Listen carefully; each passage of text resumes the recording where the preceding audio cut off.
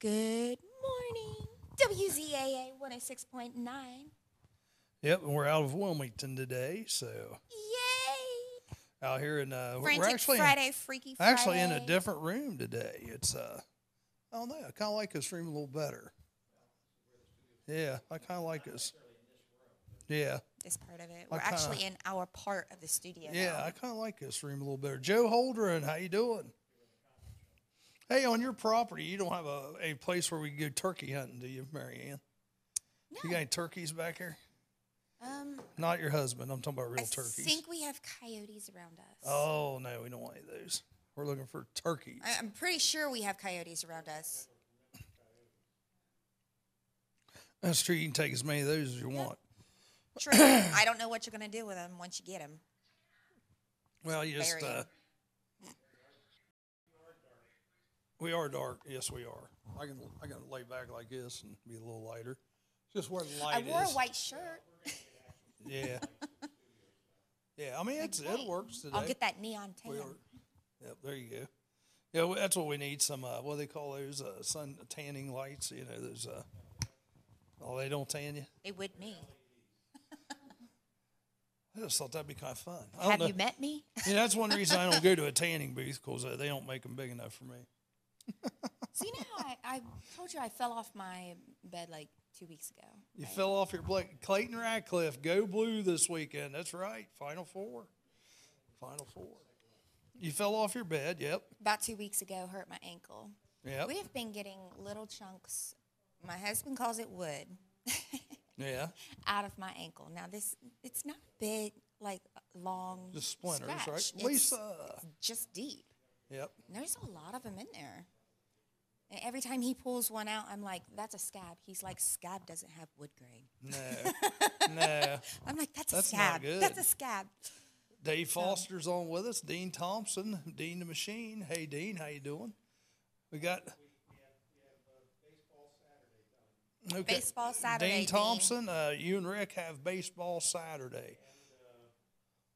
I have egg colors. Joe? Bill coming in to do it? Good. Oh, is he? Okay. All right. Phil Hoskins. Hey, Phil, when you come in today, you'll come in the side door. There's like 3 cars out there, a white van. When you see the white van that says free candy on the side, just go in that side door there and make a right turn. Yeah, that's Mary Ann's van, the white one. We're too close to a school for you to be saying something like that. Lisa Schultz. Lisa Schultz, by the way, nice dance on Facebook the other day. You guys all look up Lisa Schultz and go to her page after the show today. And Is she dressed in green? No, she's just, I don't know what she was doing. I really, I don't know what she was doing. She's probably doing the new craze. There's this froggy looking thing on, it looks kind of like a frog, like Kermit the Frog standing sideways, and it's a new craze that all the kids are trying to emulate. I've not seen no, she was just being goofy. She's just like, My son showed me last night. He's like, Mom, look at this. People are doing this. No, hers. I'm like, I love you so much more right now. You're 12 years old.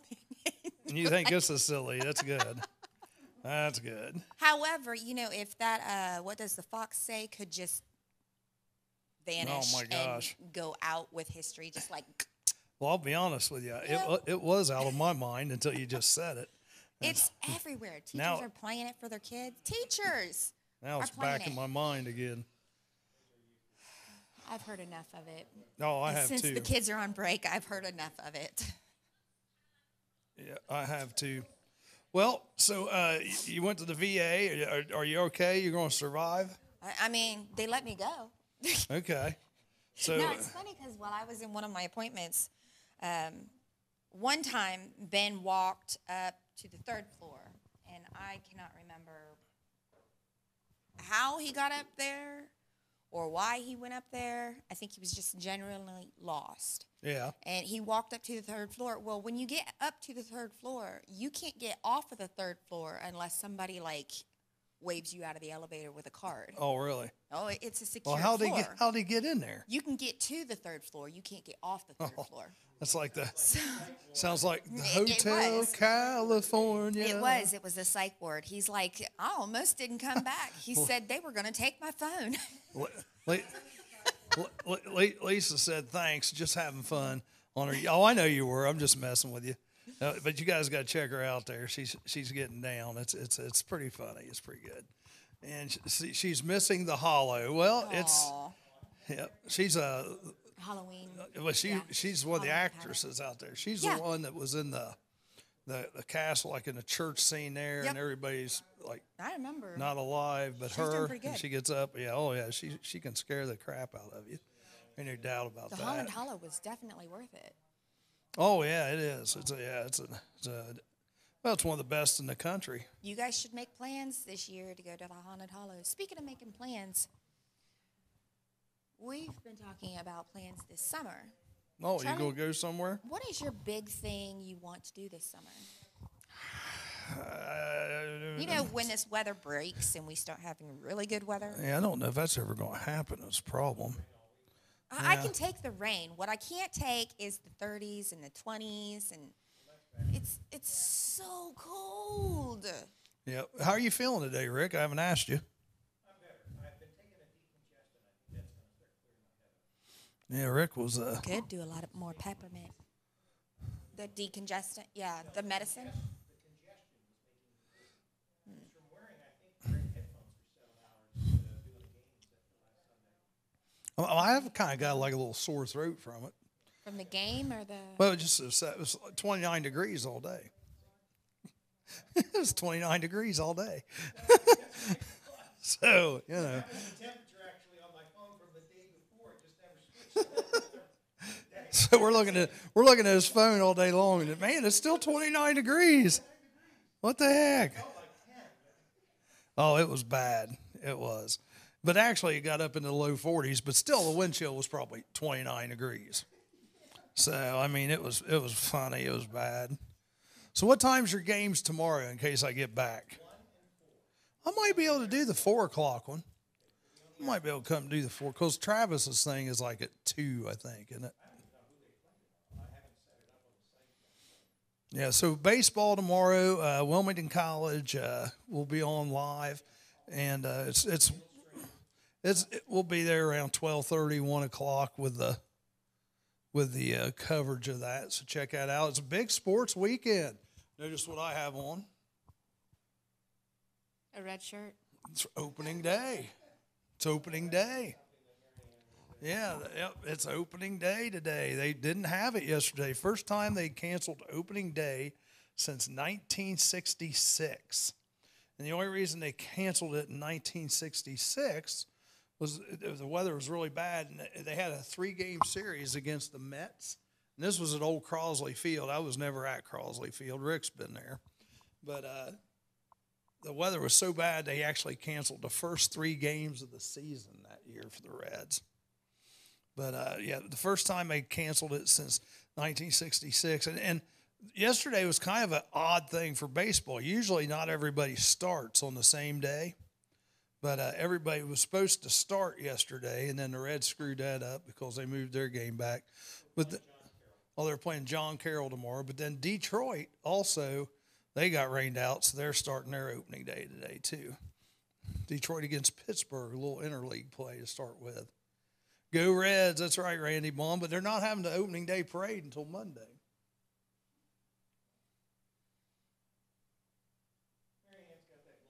Yeah, she's like, baseball? What's baseball? Anyhow, that's what's happening there. Baseball, the Reds, opening day. And I like opening day because I've taken my band from Greenfield down there the last 5 years. Now, they're not going this year, I guess, because they are on spring break that day. I've got 4 dozen Easter eggs that's going to be colored this weekend. Hey, at least you have to color them now. Last weekend, you could have just left them white, and that would have been a harder hunt. So what colors are you going to paint them? Black? I'm not going to paint them. Well, No. who's painting them? My kids. Oh, your kids are going to paint them. Yep. My kids paint them, and then, how long's it been since you dyed eggs? Well, food coloring, yeah, that's the way you do it, isn't it? They have egg dye kits where they have little pellets and you drop it in either all water or Yeah, that's water food vinegar dye. mixture. Yeah, that's food dye. It's all right. It's all right. I don't know. I Things get scrolling one of the pretty good packs today. and mix them up. Not on eggs, dyeing eggs. That's not natural. So now, are these eggs going? So, how come you just don't put the plastic ones out and put like We candy do. in them? Oh, okay, you do that too. Yeah, we do both. Okay. So do you put like dollar amounts or like quarter, 50 cents on In your other some ones? of them. Oh, you just put that in the eggs. Okay. Well, you can put that in like the little plastic ones Sometimes- you open up. Well, they're getting enough candy. And we're not like okay, when my first son was born, his first Easter, he's born in February, so he's probably 2 months old.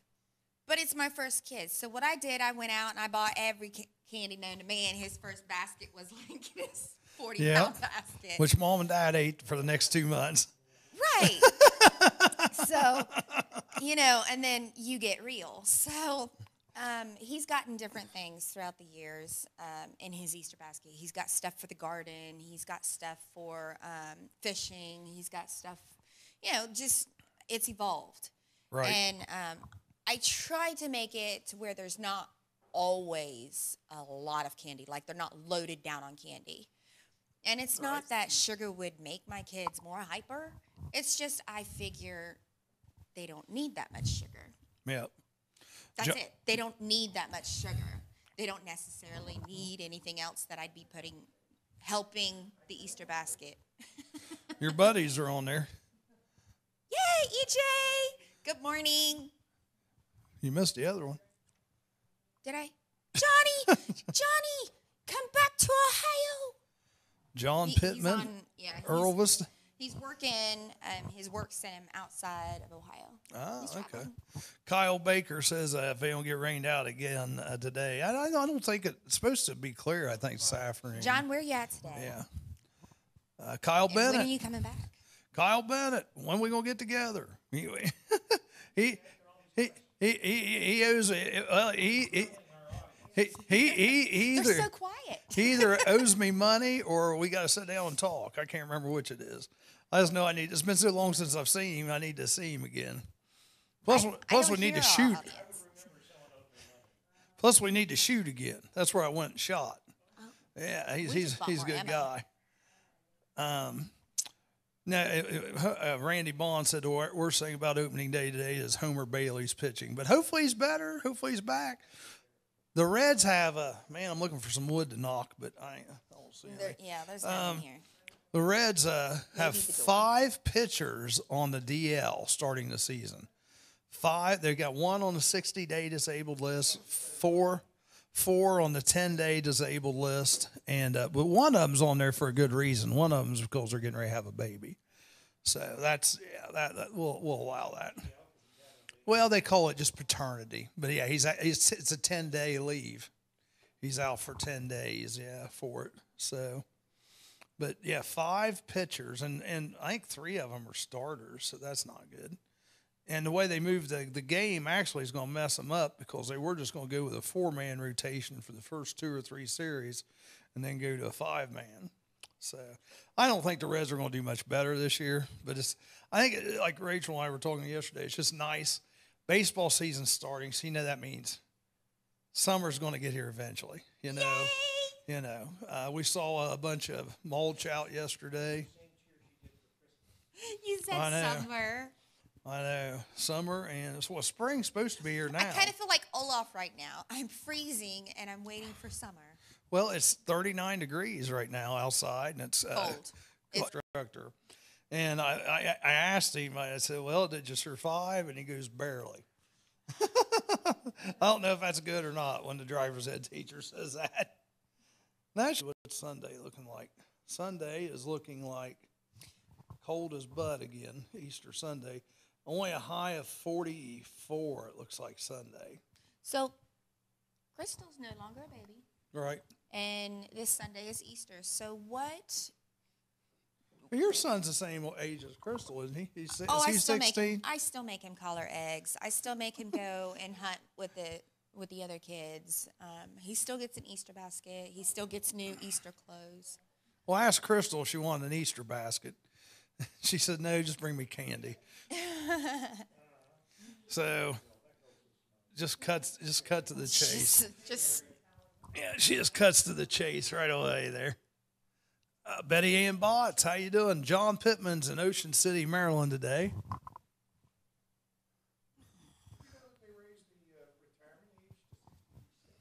Yes. I did. 66 retirement? I told you that, though. Oh, good. Yeah, you have to do that, don't you? Yeah. T.J. I Bowman? Because my mom can't retire. If she wants full benefits, you have to stay on till 66. Anything before 66, and you take half of the benefits. Randy Bond, I did try that. Randy Bond says, sell the driver's ed guy some insurance, life insurance. I did tell him that. Well, you know what's funny? No, Crystal. Yeah. Crystal. Yeah. No, Crystal's got life insurance.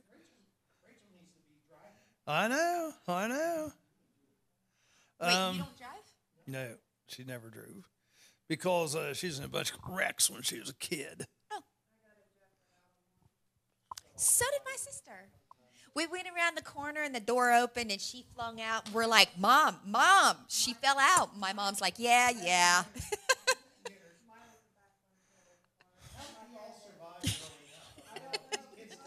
I know. Kyle Bennett, he says, the only thing any bunny has brought in my house is a meal. Okay. He says the windows are open in Greenfield and it's a warm 47 degrees. Randy Bond, he said, you're going to have the flu. Sell the drivers. What's funny about this driver's ed guy, his dad actually worked for Modern Woodman. And my first school was Huntington Ross, where I taught at down here beside Chillicothe. And when I left, he came back and was the principal there for a while. So that's kind of strange. I mean, it's weird. It's like we cross paths, but not really. Tim Butler was his name. Tim Butler from down in Hillsborough. Our thing doesn't want to scroll. It scrolls so far really good and then quit scrolling on us. Jerry Keplinger. Hey, Jerry, plan on next Wednesday again. Rick Hogue. How you doing, Rick? William Bullfrog Freeze Jr. Yep, he is on. So now remember, here we have no music. Right. So when we do like a little. So you have to keep talking. Well, you talk for the full 3 hours. I pretty much did that Monday by myself. Monday, or was that Monday or Tuesday? I don't know. It was one day. Yeah, Kim didn't come in Tuesday. I don't know if that was the day or not. Boy, by the end, I was dragging butt. So, now does your husband get you an Easter basket? We have every year, but this year we have decided we're not going to do Easter baskets for each other simply because our anniversary falls so close to Easter this year. Pizza on Monday. No. Are you going to take the kids in Monday and go get that free pizza? No. I'm going nowhere near that craziness. Yeah, because that starts at 11, right? 11:30. Not if you want pizza. You better be there at 9 in line if you want pizza. Yeah, there is. There you go. You got any appointments Monday? There we go. Yeah. Okay. Well, we'll have to go over and get in line just to mess with Ben. Get a free pop and pizza. There we go. Steve Guerin, how you doing? Steve Guerin, you did not call me. Steve Brown, how you doing? Now, Little Caesars has stuffed crust.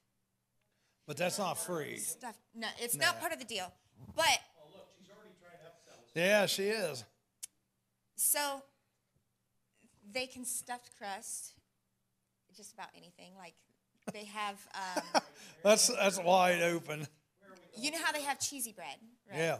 Well, I don't think it's actually cheesy bread because the cheese is just on top. Right. So I got Ben to actually stuff the cheesy bread. With cheese. Right. And then put Parmesan and bacon and pineapple on top. Oh, it's so delicious. Sounds like a heart attack waiting to happen. That's a new thing that they got to introduce. Yeah. So delicious. There you go. Well, I tell you what, we are at the bottom of the hour. Do you want to do a little bottom of the hour break or not, just to hit the thing? Yeah, I know. You want to do that? All right.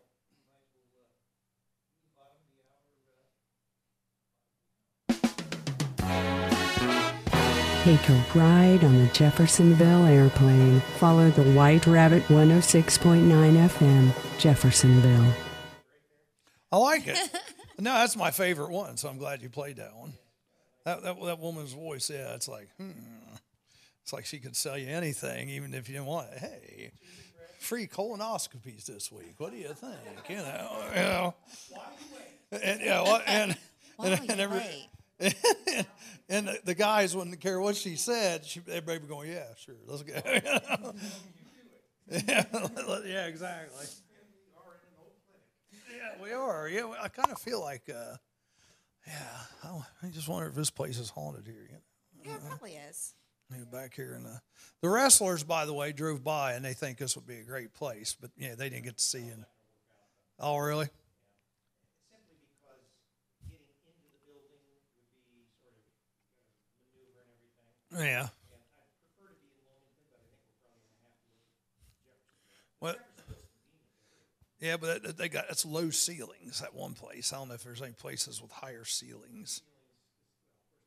Well, they didn't see in here. I mean, they just drove by it. Well, you figure if they stand on the top rope, you figure the ring's what, about 6? Well, and that's probably higher than that. Because when you look at the ring, you're looking probably about the second rope. So it's probably what, 8 foot? Yeah, and the suite next to us, So. I think it's about the same height up as ours, because they don't have drop ceiling. And ours is 15. No, I think theirs is actually, they do have drop ceiling in that. Because ours is higher than that one. I just remember looking in the other day. It was kind of about like, yeah. He might have another spot out there, though. Yeah. We're just talking about we may do a little tag team. How'd you like a tag team with the IWA? We'll see. We'll see if that works out. They're kind of looking for a new home. They've got some mixed reviews there in New Holland. They like New Holland, and most of New Holland likes them, but some of New Holland doesn't like them, I guess. Yeah, that's pretty much off the beaten path. So, New Holland. So, all right. Well, are we ready to do some like Fayette County stories here? Would you like to do that? She's not paying attention. Okay, so. I guess not. Well, no, we were talking earlier how I got a new phone, right? Yeah. How you like your phone? And I think what I had was a 6, and this is an 8. So it's not such a big step up. My Right. problem is, look, this is a phone. This is an iPad. When phones become the size of iPads, it's really, I mean, what do you, like you hold, you know what I mean? I can use that You're as a holding phone. the whole thing. Like, Just hold it out in front of it's you. just ridiculous, people. A phone is a phone. Handheld. Just stop getting so big. So they're like phablets. But they get so big, it's just ridiculous. So the smallest thing, you know. How long you're at different locations, I mean, they can go back. Rick's talking about Google, what they must have thought keep, I was dead for the last 2 weeks. what they keep on people. Well, yeah, No phone for the last 2 weeks. They must have thought I died. you know, some people have thought, and I guess you can do this, but you know how we're on the camera right now. Supposedly, other people can hack into your computer and they Yes. can look through your camera Yes. at you. Also emphasizing the importance of the community's compassion and collective soul. I love fire departments, service departments, cemeteries, courts, and police departments. I love construction projects and roads and bridges, Dennis said during a regular Washington Courthouse City Council meeting. However, the state of a community is more than government, it is our collective soul. With more force than laws, you shape this community every day by your actions. You mold your community by your habits and your attitudes and desires. Denon added that he doesn't believe in bragging about accomplishments, listening to gossip, or getting caught up in partisan politics. I believe if you do your duty with dignity, the story usually turns out fine. I have enough confidence in you to say that confidence that people care and confidence that people believe in their future and confidence that despite static, the song is still heard. Earlier in his address, Denon did spend time talking about the demand for labor within the city. All communities, small and large, have challenges attracting and retaining a workforce. Denon said simply, more people are needed in manufacturing, transportation, services, the building trades, retail, commerce, and professions. Denon said the city is utilizing analytical data to find more businesses that may be compatible with the community. As we're jamming in the background, greater diversity in retail shopping and dining will broaden the appeal of Washington Courthouse and in turn our ability to retain and attract labor. The heroin and opioid epidemic that's impacted the lives of so many in the community in all of Ohio was described by Denon as a colossal problem, and that's true. It's just not here. It's everywhere. The insight provided by Barry Bennett, who's the executive director of the Pickaway Area Recovery Services, has been invaluable in crafting a local response to the opioid problem. If you're an addict, I have confidence that you have the strength to make the choice to seek treatment. Congressman Mike Turner was in attendance to provide counsel with an update at the federal level and thanked Denon for his heartfelt address. That was an excellent address and quite motivational, not only when you look at it from the community, but also from a national perspective about how we dedicate ourselves to the people, said Turner. Expanding on the opioid topic, Turner said there are currently 2 issues related to the crisis the federal government can help alleviate. When someone is incarcerated, many times it is the first time that we've learned of their opioid addiction. Many times, said Turner, those who had been Medicaid eligible prior to their incarceration are no longer eligible. So the federal dollars that should be there available for the treatment are no longer available for the community and no longer available for that individual. We're working to try to change that. A person who a day before they are arrested and a day after they get out of jail is less likely to avail themselves of important treatment, and the benefits that they have should carry through them with them while we have the ability as a community to intervene. Makes sense. Let's see, this goes on quite a bit because it covered their whole council meeting, but that's kind of the crux to the meeting. 2 ordinances did come before council, one for rezoning a Center Street property from single-family residential to general business was placed on for a second reading, and one to amend and adopt sections of the city income tax code was placed on the first reading. The one resolution to appoint Ann Quinn to the Historic District Review Board to fill an unexpired term was placed on for the first reading. So it's kind of what's going on there in Washington Courthouse with their council meeting. I think it's pretty neat that Mike Turner actually went there. He's not our representative here in Clinton County, but I think Fayette County is very lucky to have him. He always was a good representative, I felt, and he does a good job.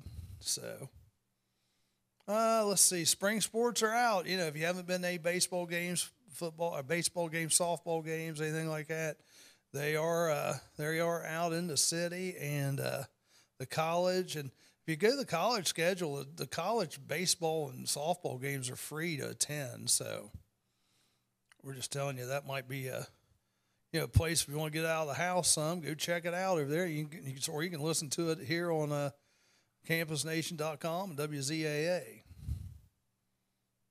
What you got there? Is that sushi? Yeah. Ooh. Some people out and about this past week with the Easter stuff, since the schools were out on Easter break. Mm-hmm. This is one of the Easter egg hunts that... she's got all kinds of different things, peeps and everything. Well, these aren't peeps. Those aren't peeps? Look closely. That's rice. Oh, that's rice. That's an omelet. Believe that's cheese. Those are eggs. Huh. Like regular eggs shaped into bunnies. Yeah. So, but can you read that? I know. Japanese. No, I can't read that now. That's my baby boy's little girl. You know the my best baby way to eat boys. peeps, don't you? Not at all. Throw them away. Yeah, exactly. Open the wrapper and throw them away. Look, Exactly. Look, if marshmallow is your thing, you go for it. All that bone and all that sugar, you go for it if that's your thing. I've never liked the taste of Peeps. Don't like the consistency of them? I will take marshmallow fluff any day. In fact, I'm making fudge with marshmallow fluff tonight. Marshmallow fluff. I haven't had any fluff in a long time. I have fluff. Fluffernutter peanut butter sandwiches are really good. Fluffernutter whip is really good. Fluffernutter? Well, it's considered fluffernutter. Yeah, because you combine peanut butter and fluff together and you get fluffernutter. Peanut butter and fluff. So you get Yeah. fluffernutter. There you go. All right. It's actually really good. And it's really good on vanilla cupcakes. So you get a peanut butter vanilla cupcake. Peanut butter vanilla cupcake. There we go. For a quick look, if you're not into mixing and baking, take your fluffernutter and pop it on a cake or on cupcakes. It acts so fast like a topping, like icing. And it's really good too. Okay. Steve sent me the thing about the Clarksville Masonic Fondant Lodge. is, it's edible Play-Doh is what fondant is. Fondant is edible Play-Doh. Yes. Yep, Clarksville Masonic Lodge on West Main Street in Clarksville. Their fish fry is tonight, March 30th, 4:30 to 7, $10 a plate. And you get fish, French fries, hush puppies, coleslaw, dessert, iced tea, lemonade, or water. Yeah, the fish fry tonight, March 30th at 4:30 to 7, Clarksville Masonic Lodge. It's $10 a plate. It doesn't really say it's all you can eat, but no massages with that. No, fundraiser is to support our Thanksgiving dinner and Secret Santa charity events. So there you go. If you want to go to the Fellowship Club, number 323, Masonic Lodge, $10 a plate, 4:30 to 7 tonight in Clarksville, if you're in the area. But it doesn't say if it's all you can eat, Steve. Is it all you can eat? $10, it'll all be all you can eat. That's my opinion. But anyhow, so if anybody's out and about, what else is going on this weekend? Seems like we got the Reds, they're starting up. We got Wilmington College baseball. What else is going on? We got the Final Four tomorrow night. What else? It seems like there's another event going on I'm missing. You think of any events going on this weekend? Easter. Yeah, well, Easter, yeah. Yeah. Seems like there's something else I'm missing here. I don't know. No, I'm not talking. I'm talking about every. I mean, there'll be a lot of neat church things going on this weekend. Oh, I tell you, I think it's. I don't know if it's ABC or NBC, but one of the major networks is having Jesus Christ Superstar live on a Sunday night, which that would be. If you like that music, I love that music. Andrew Lloyd Webber. I think it's ABC. I think is having that on. That's Sunday night. I don't know. It seems like there's something else I'm missing that's going on this weekend, but maybe it'll hit me. Oh, I know what it is. You might be interested in this too. Out at Snow Hill Country Club tomorrow, I believe it starts at 1. I need to check that out. But out at Snow Hill Country Club tomorrow, they are having a craft show. And the craft show is, let me see what time that does actually start. I think it's 1 o'clock, but anybody can go to it. I think it's free to get into, but they are serving lunch, and they're serving lunch, and they'll have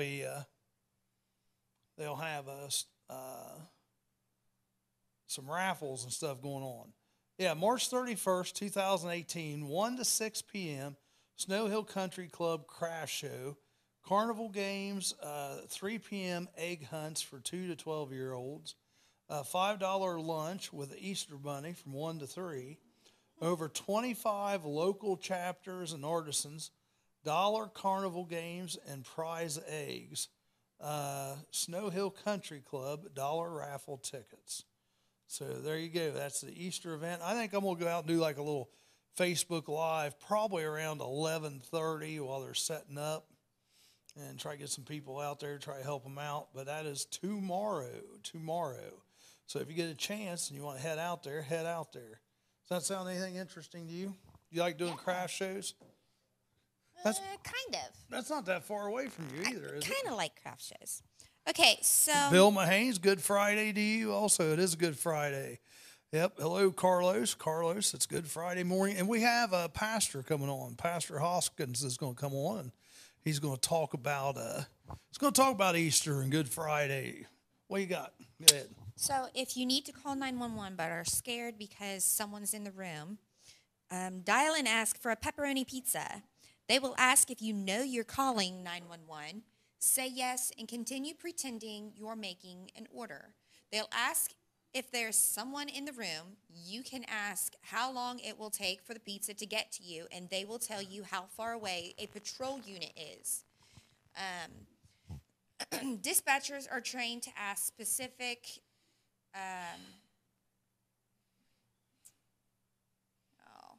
What type?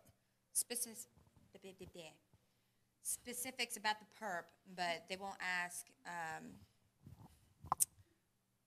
They're not going to ask you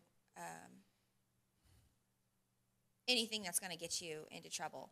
And don't hang up until you get the knock on the door. You know, oh, the pizza's here. Right. Yeah. So makes sense. But your 911 operator, they're supposed to know this. yes. So, I mean, isn't that awesome? Yeah, I never heard that before. So you can Act need like to you're ordering a call- pizza. If you need to call 911, but the perp or The problem is in the house still with you. not only in the house but in the room, and you're afraid to just be like, you know what, I'm ordering pizza. We'll take care of it. Yeah. Let's eat before this problem escalates or something like that. Dial 911, ask for a pizza. And say yes. you Yeah. know it's not. So just, be like, yes, it's delivery. Yeah. Yeah. When they ask, do you know this is pizza, just say, yes, I need it delivered. Right. You can't get more basic than that. So Easter Bunny, artists all around. Check this out. The Wilmington News Journal did a little celebrated 4 That's winners of their awesome. annual Easter coloring contest. And they had age groups of 1 to 4, 5 to 8, 9 to 12, and 13 and up. Well, Catherine Lakes was a winner of the 13 and up award. And Layla Sherwood was a winner of the ages 1 to 4 award. Austin Rusa was a winner in the 9 to 12-year-old age bracket. And Maddie West was the award winner in the 5 to 8-year-old. And there's nice pictures of them in the paper there. Wilmington News Journal, Easter Bunny Coloring Contest. I have a feeling those two over there are up to no good. All I'm hearing is giggles over there. What do you think? Oh, and the things you watch on Facebook, I'm like, oh, geez. Okay. My wife will be mortified before we leave. Go ahead. Someone just sent me something. I'm going to check it out, send it to you, see if it works. Well, go ahead, or you just show it here. Well, you're going. Well, if it works, you can show it. Oh, okay. We'll see what we can do here. Chatfield awards laptops for 100 new students. Wow. Chatfield College has received an anonymous donation of $85,000 to purchase 100 laptops for new students who are interested in online coursework or a career in technology. Students who do not currently have access to laptop or desktop computers will be eligible to apply. After graduating from Chatfield, students participating in the program will be able to keep the laptop to further their education in the information technology field. In January, Chatfield launched a new platform to offer online courses to its students. Funded by a generous grant from the Austin E. Knowlton Foundation, branded Chatfield eCampus online classes were embraced with enthusiasm, and Chatfield students stated in a college news release. A survey of Chatfield students now enrolled in online classes revealed that 17% plan to use a mobile smartphone for most class activities because they do not have access to a desktop or laptop computer at home. One advantage of the online classes for Chatfield's population of students, mostly first-generation college students and adult learners, is the flexibility they provide, especially for students with children at home. With this grant, future students will be able to take online courses more effectively and conveniently. Applications for this new technology scholarship will include the use and eventual ownership of a laptop, are available online at www.chatfield.edu/tech scholarship. Preference will be given to students who enroll in the summer semester beginning on June 4th. Chatfield is down St. Martin. You know, if you're heading out of Blaine or heading out of Midland on 28 going south. Yeah, Midland? No, Midland's, it's okay. So there, it is. It is. I don't think this one's spelled the same, but it might be. You go down and you turn left. I can't think of the name of that road, but it'll tell you. It'll say Chatfield College. No, it's actually next to a biker bar. There used to be a real cool biker bar also in St. Martin. So they had a big outdoor area where you could play. And the only reason I know this is because there was definitely nudity involved in this bike thing, but unfortunately it was not the ones you wanted to see. You know. Well, I'm going to tell an embarrassing story on myself here. I played in a country band a long time ago. I mean, this is a long time ago. I was a drummer, yes. And I don't know if I should say this or not, but anyhow, I will. No, it's nothing like that. It's just kind of nasty. Anyhow, we're playing.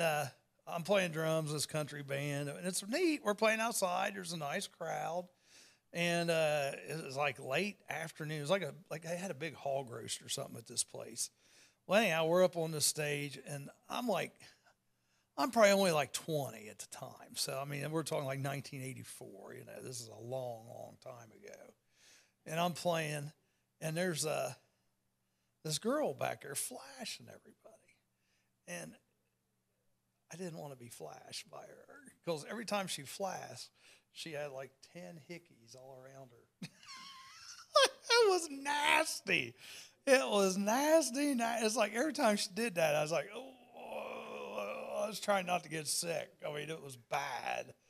I mean, it was, oh. So you were not a fan of... Some hickeys. people, like some people shouldn't wear those type of, what they call those yoga pants. This girl had no business. I mean, and it would have helped if she'd had some teeth, too. You know, that'd been the other part, too, that would have been nice. So she's flashing. She looked up at you, that big smile, and she's missing like 2 or 3 teeth in front. And I'm like, oh, my gosh, you're killing me. Carlos has a question for you there. He says, police pizza, is it tasty? Just kidding. That's a great way to do it. Great thinking. There you go. On your 911 deal. But unfortunately in life, that happens a lot, you know. Well, no, you think you want something to happen, you know, or something cool or something crazy like that to happen. Then as soon as it does, it's like they just show you the worst possible scenario of it, you know. It's like... I'd look better if I'd flash. We'll put it that way. I mean, I don't have hickeys. Mine aren't as big. No, just the top. You know, even looking at my belly like that would have been better than looking at this. It was bad. It was bad. Oh, well, enough of that. Let's move on because that was.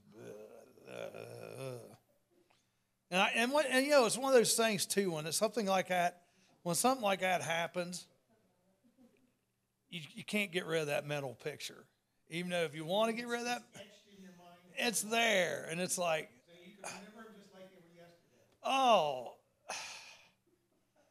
it's bad. Whenever you play drums, that's all you can No, I don't think about that one playing drums, but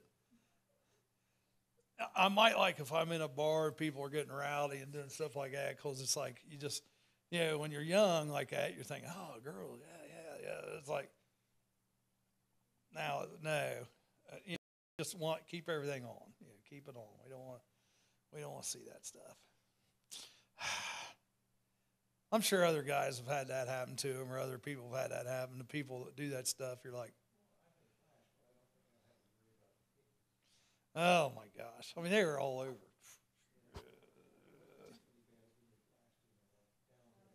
No, yeah, and hers were probably not that far, but they were down. I am going to continue to stay absent out of this Yeah, conversation. notice that. You're not saying anything about this. Is there something? Yeah. It's like Truth or Dare Friday. I said that, so there you go. Staying out of it. Truth or Dare, Mary Ann. Have you ever flashed anyone? Well, of course. Oh, okay.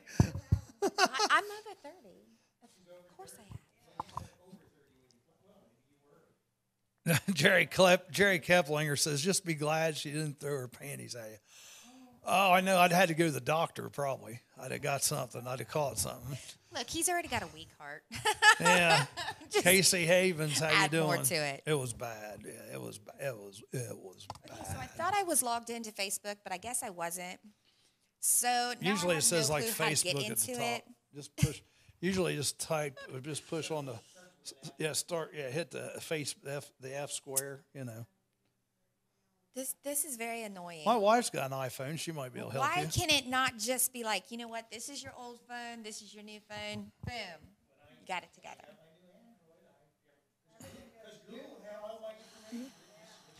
Yeah, Google didn't have any problem doing that.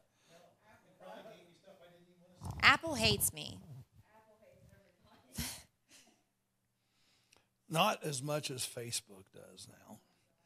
Boy, a lot of people are upset about this Facebook deal, and it's like, yeah. So I signed in, but apparently I signed in my son and not myself. Yeah, I got something from Elliot Yeah. Dotson. Hashtag mouse. Yeah, it didn't work. So there's this Another one, spoof that's hashtag going mouse. on. Well, I wanted to see if it worked just in the messages. So there's this spoof. This guy is what looks like he's on Facebook, and he just texts hashtag mouse, and then a mouse runs across your screen, but it looks I've seen that. like yeah. it's popped out of your screen, like it's a real mouse on your screen. I've seen that before. That's what I was expecting. I didn't get it. It doesn't work. I was Yeah. really kind of hoping it would. I've seen people kinda do that. cute. So you were trying to run mice across our screen so we could break our iPods and iPads and phones. Well, no, I figured you had it. You have rats at home. Mice are cuter than she rats. She has rats at home. I don't have rats at home.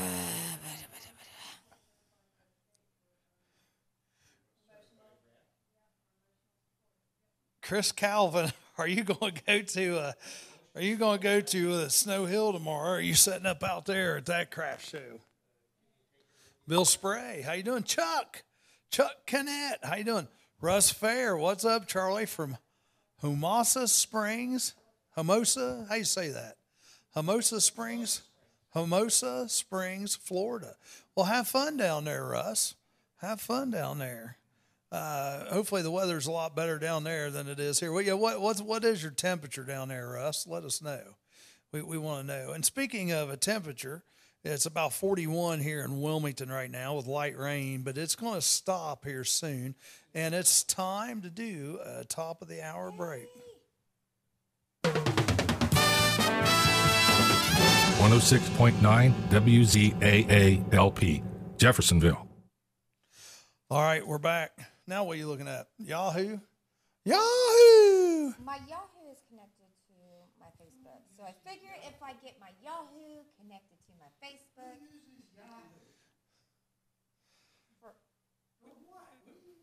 Yahoo for? Why don't you just Google? Google. Google. What am I, 5? My kids use Google in school. Why would I use Google? We all use Google. Oh goodness.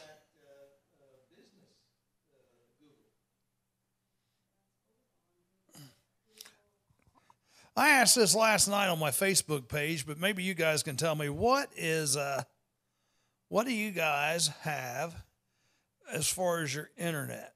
What's your best, like, the internet provider? We use Time Warner at home, and Time Warner. well, it's Time Warner expensive. won't come out to our house.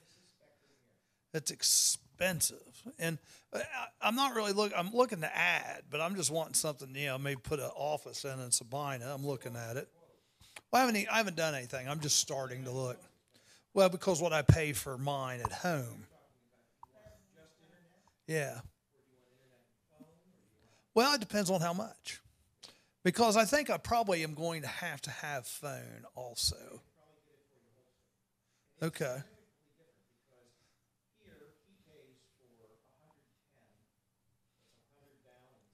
Yeah. Yeah.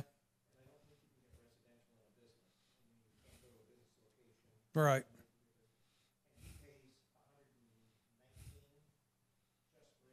Right.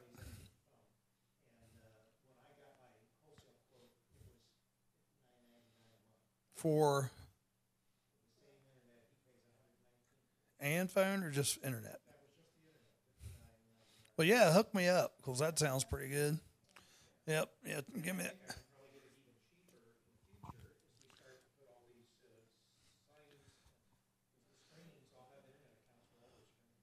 Low 80s in Florida right now.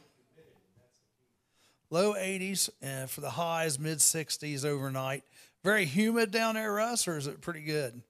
We also have Judah Sturgeon watching and Moreacre Lake. Moreacre Lake, you guys need to get back with me. We need to get you guys on the show. That's the Pay Lake up in Jeffersonville. And Rick says hi, Judith. And we have Big Dick. Big Dick Stifler's on watching us today. Yeah, Big Dick. Well, see, a lot of people are off today. It's Good Friday, so that's why. How you doing, Big Dick? I don't think the banks are closed today, no. No. I know, like, Modern Woodman Home Office is closed today, but... Now, do you observe Good Friday? As far as what? Religiously. That's Ash Wednesday. That's not Good Friday. I'm glad you said that, though, because when the pastor comes in, I want him to explain all that stuff. I think his is just straight Christian. I mean, yeah. Well, we need to talk about that because we'll tell him we had some Latter-day Saints on, and I think he might have watched that day. So, because I told him, I said we need to get you on sometime. So that was a fun little show with the Mormon girls. They were fun. They were fun. The sisters. That's pretty funny because at the end I said, okay, let's get a picture together. And everybody say, Twisted Sister. And they all said, they did. They were fun. They were a lot of fun. They weren't they appeared very straight-laced, but they weren't real straight-laced, though. Is that hashtag mouse? No. You're not. It didn't work. Yeah. You didn't listen to us. Yeah, she just told you a few minutes ago it didn't work. Homosa.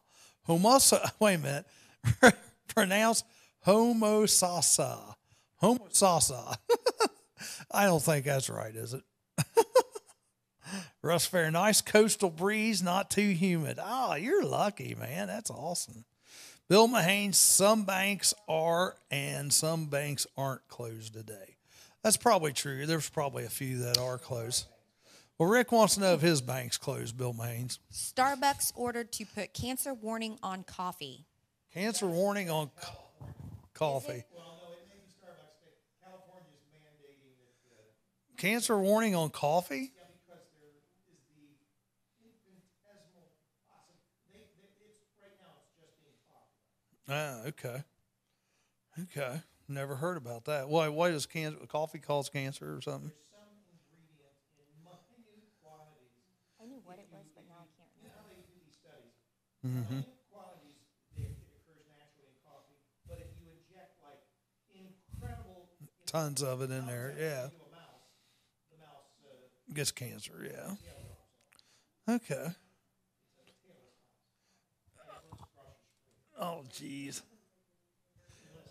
Kimberly Smith Howard, how are you? Hope things are okay in your world. Things are going well. Yeah, the temperature's 20. No, it's like in the 40s. Let's get back here to some news journal news. Do you have any? If you have an article, she's trying to get on our Facebook. We are like 50 feet from the news journal. Yeah, we are. We ought to get one of those guys come over on Fridays. They're in the office earlier than we are. Yeah, you ought to. Come in like 3, 4 o'clock in the morning. Y'all go get Huffenberger real quick. Yeah, seriously. Go over and get him. Say, Huffy, come on over, Huffy. What's going on in Wilmington today? What we got to look forward to on the news journal. Yeah, go see. That'd be fun. Because I don't think Phil's coming in until about 9. Let's see. Trump speech in Ohio turns rally-like. President Donald Trump on Thursday threatened to hold up the trade agreement his administration finalized with South Korea this week in an effort to gain more leverage of potential talks with North Korea. Speaking on infrastructure in Ohio, Trump highlighted the recently completed renegotiation of the Korea-U.S. free trade agreement, but he warned, I may hold it up until after a deal is made with North Korea. The announcement comes as the two Koreas have announced plans to hold bilateral meetings next month in advance of a possible meeting between Trump and North Korea's Kim Jong-un by the end of May. Trump noted that the rhetoric has calmed down with North Korea, but added he may hold up the first trade agreement concluded by his administration because it's a very strong card and I want to make sure everyone is treated fairly. Trump didn't explain why the trade deal with North Korea talks couldn't proceed simultaneously, but the U.S. is counting on close U.S.-South Korea alignment to present a united front as both countries press North Korea to denuclearize. The complex and politically charged issue of the renegotiated trade deal could prove distracting just as the U.S. is pursuing high-stakes diplomacy with Pyongyang. Kind of makes sense. The president's visit to Richfield, Ohio, was meant to be a push for upgrades to the nation's aging roads and bridges. In his first public appearance since the adult film actors claimed on national TV they had sexual encounters months after Trump's wife gave birth to his 5th child. Instead, Trump turned what was billed a major speech on infrastructure into a 53-minute campaign-style rally with talk of defeating the Islamic State and caring for veterans, not to mention a plug for the television reboot of Roseanne. Did anybody watch Roseanne the other night? Because I did not see it, and I'd like to hear what you guys think of it. He called for a plan deploying $200 billion in federal money to spur at least $1.5 trillion in spending over a decade to repair or replace highways, bridges, ports, airports, and other infrastructure. We will transform our roads and bridges from a source of endless frustration into a source of incredible pride, he said. But in a concession to political realities in Washington, where lawmakers are increasingly focused on the re-elections this fall and what is set to be a difficult campaign cycle for Republicans, Trump said, you're probably going to have to wait until after the election. Trump is claiming Democrats don't want to work with him on infrastructure because they don't want to give him any additional wins since his tax bill passed in December. Trump unveiled the sweeping infrastructure proposal in February and cast it as one that could garner bipartisan support, but the plan relies heavily on state and local governments for the bulk of the spending, raising concerns among members of Congress about the possibility of higher commuter tolls and the sale of assets to raise the money. There is little expectation that Congress will take up sweeping infrastructure proposal along with the lines of Trump visions, or that Republicans are in control of the House and Senate and will write their own legislation as lawmakers begin to shift their focus to the challenge of getting reelected in November. And this goes on a little bit. In Ohio, Trump also discussed findings in a new report from the White House Council of Economic Advisors saying that the infrastructure proposal would contribute modestly to economic growth over a 10-year period and help put hundreds of thousands of unemployed laborers back to work. Trump was returning to his Florida home after the speech. No one's in over there. Okay. Yeah. Foggy in Somerset, Pennsylvania today, and that's where our resident trucker is, Bill Mahanes. He's the WZAA resident trucker. Rick still wants to know if his bank's open. What bank do you deal with? I bet he'll find out. People's. He wants to know if People's Bank's open today, Bill Mahanes. See if you can find that out for him. Hey, and there's a People's Bank in Nelsonville. Oh, is there really? Yeah, so if I put a studio in Nelsonville, we got a bank right there. There you go. Oh, let's see. General Denver and craft beer at Rotary. Craft beer? Somebody say beer? Mm-mm. Matt Perky, the General Denver Hotel, recently spoke of the Wilmington Rotary Club, which meets at noon at Damon's Restaurant. Perky stated that there's been a resurgence in craft beers. He said beer is made from just 4 ingredients: water, yeast, malt, and hops. And there are hundreds of varieties and strains of yeast. In the past, there were 2 types of yeast: beer yeast, ale yeast, and lager yeast.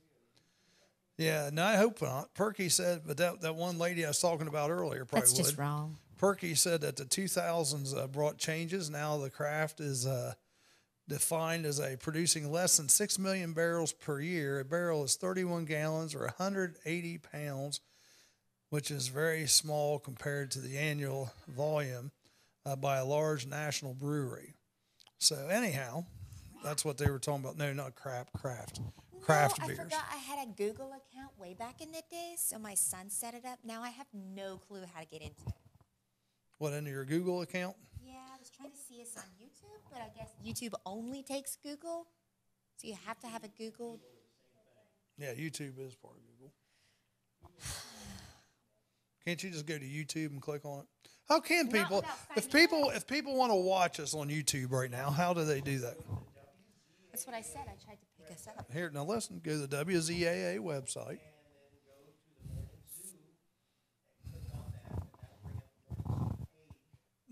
Morning Zoo. So go to WZAA website, click on the Morning Zoo, and you can watch it right there. And let us know if any of you are doing that. Go to the WZAA web page, and then just click on the Morning Zoo, and it should come up that we're doing this live right now. So if any of you do decide to do that, let us know how it looks and what you think. Because eventually, that's where we're going to be doing this. We're going to eventually probably get rid of the Facebook Live, and we're going to head right to there. See, there you go. See, there you go. Bring it over here more if you want.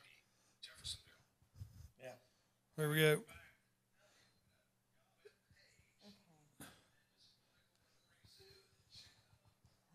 So that's how that works. Man, is it delayed that much though?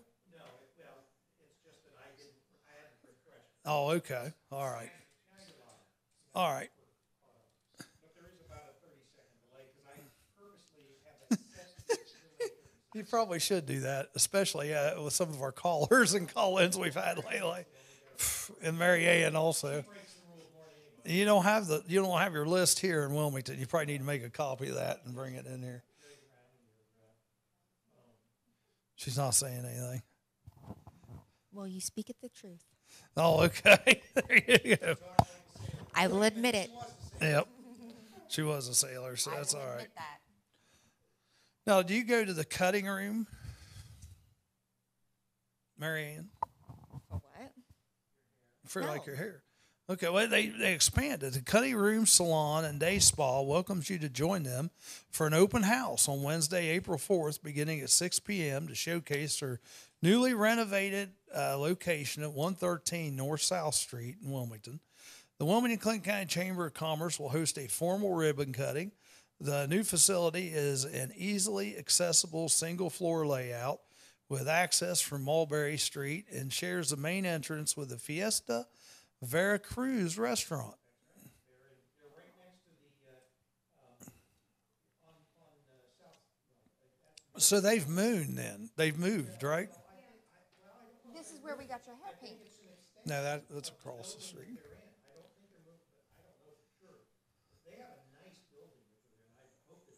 Well, wasn't there, what's the one in that's, yeah, what's the one that's just past the alley there?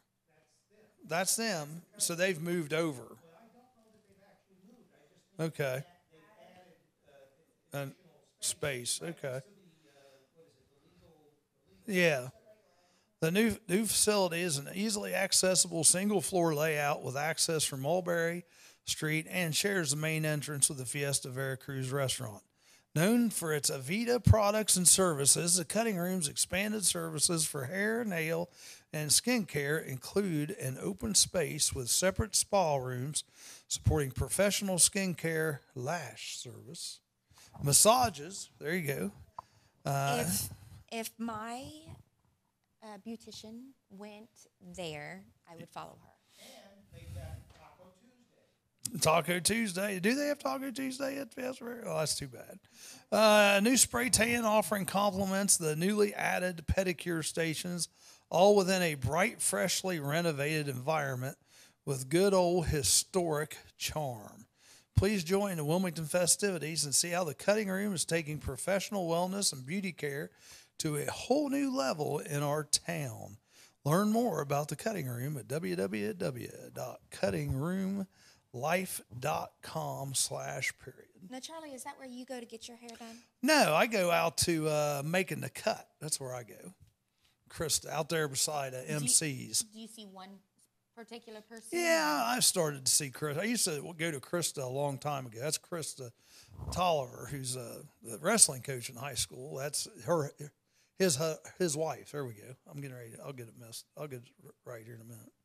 But yeah, she's nice, and she used to be out in Impressions years ago, and kind of lost track of her, and now she's out there. So yeah, I like going to her. She's good. Last time I'm supposed to get mine cut every 2 weeks, but Rachel, it's a big bowl. Yeah, it is. Yeah, because I got a lot of brain in there, So, and I was going to get cut every 2 weeks, but last time she did a pretty good job, so we're going to hold off for about 3.5 weeks this time, because she did. I like it. I like it short. Let's see. We have again, we're looking at Wilmington news here. Blanchester local schools will be hosting Operation Street Smart at 7 p.m., but this isn't until Tuesday, April 24th in the Blanchester Middle School Media Center. The program will be presented by the Franklin County Sheriff's Office and is free of charge and open to the public. An RSVP is required. The link to RSVP can be found on the school district's website. The Franklin County Sheriff's Office created Operation Street Smart in 2002 as a way to take community-oriented policing to a new level. Street Smart is a collaborative effort between DARE and the Special Investigation Unit, which is the Sheriff's Office Undercover Narcotics Branch. To date, Operation Street Smart has been presented more than 1,500 times to over 150,000 people throughout Ohio and the United States. The goal of Street Smart is to provide current and up-to-date narcotics information on trends, terminology, paraphernalia, concealment techniques, and physiological effects to those individuals who deal with today's youth on a daily basis. The target audience for Street Smart includes DARE and school resource officers, juvenile detectives, and school administrators and school board members, teachers, and parents. Other groups and organizations that deal with juveniles are also eligible to receive this program. Past attendees have also included physicians, nurses, juvenile prosecutors, and juvenile probation officers. So that sounds like actually kind of a neat deal there in Blanchester. And that's not going to be until April 24th at 7 o'clock. You can learn a little bit more about the drug epidemic and maybe how to combat it a little bit. So it's pretty neat. Mary Ann, are you finding anything yet? Yeah. What'd you find? Well, can a sleep-induced milk cure your insomnia? Now, you've heard how everybody's, taking these weird ambient pills to go to sleep. You've heard of everything from valerian root to milk and honey, and you're trying all these weird things just to stay asleep. Well, one company has gone and they have blended milk, honey, and valerian root, and they say it is sure to get you an 8-hour sleep at night. 8 hours. I can't even imagine getting 4 straight hours, let alone 8. Now, all 3 are a folk remedy. And he's so lucky. He gets 5 hours. He's so sweet. I usually get 6 to 7. Shut up. Usually 6 You're and a half. You're bragging. I'm saying I'd like to get 7. 8's almost too much anymore. So, the milk is called Sleep Well, and you should be able to find it in your grocery stores. Not in America for the next 6 months. Right now, it's in the UK, and it's doing absolutely great there. And they even have it in chocolate and vanilla. That's right. Makers of Sleepwell milk, which blends high-quality Jersey milk, honey, and valerian root, claim their natural dairy drink will help you get your 8 a night. It comes in chocolate and vanilla flavors. Yeah. This company has just announced that they are going international. So they're leaving the UK. They're going international. They're on so their it way might over be here here soon then. Right. Rick so had a question for you. It's called Sleepwell. Did you hear Rick's question? No. He wanted to know if Jersey milk came from New Jersey. No. Okay. No. Brown cows, yeah. Chocolate milk, brown cows, black cows, yep. Then the black and white cows, they can give you either one. They can give you chocolate one day, white. It's like the ice cream you see there at some of those places. Yeah, they give you swirl milk. There you go. I have to remember that. Yeah, that's good. Now I said that Jerry Kiplinger. I think he thought I was serious one time. So for Easter, we always have a bunny cake in some form or another. A bunny cake? Bunny cake. No, not that kind of bunny. So there's a really easy way if you don't have a knife, you're not that handy with carving cakes. What you do is you take a round cake and you're going to cut kind of like a diamond off the sides of both of them, and the middle becomes the bow. So move it to the bottom of another circle, and then you take the 2 that you cut off the sides and move them up for the ears. That'll give you the shape of a bunny, and then all you have to do, I suggest if you don't know how to crumb coat, then you freeze it stiff, then frost it. But if you don't know how to crumb coat, if you know how to crumb coat, then you're fine. But there's another way. I've started making, yes, I am ignoring you. I've started making bunny butt cake. Bunny butt cake? Bunny butt cake. And my kids absolutely love it. I think it's so cute. You can say butt on the, yeah. It's the other word for butt that you can't say that you are accused of being. Don't say it. Oh. But it's really cute. Shots fired. I have a dome. It kind of looks like a volcano when it's upside down. But it's what a lot of the doll cakes are made out of because it goes straight up.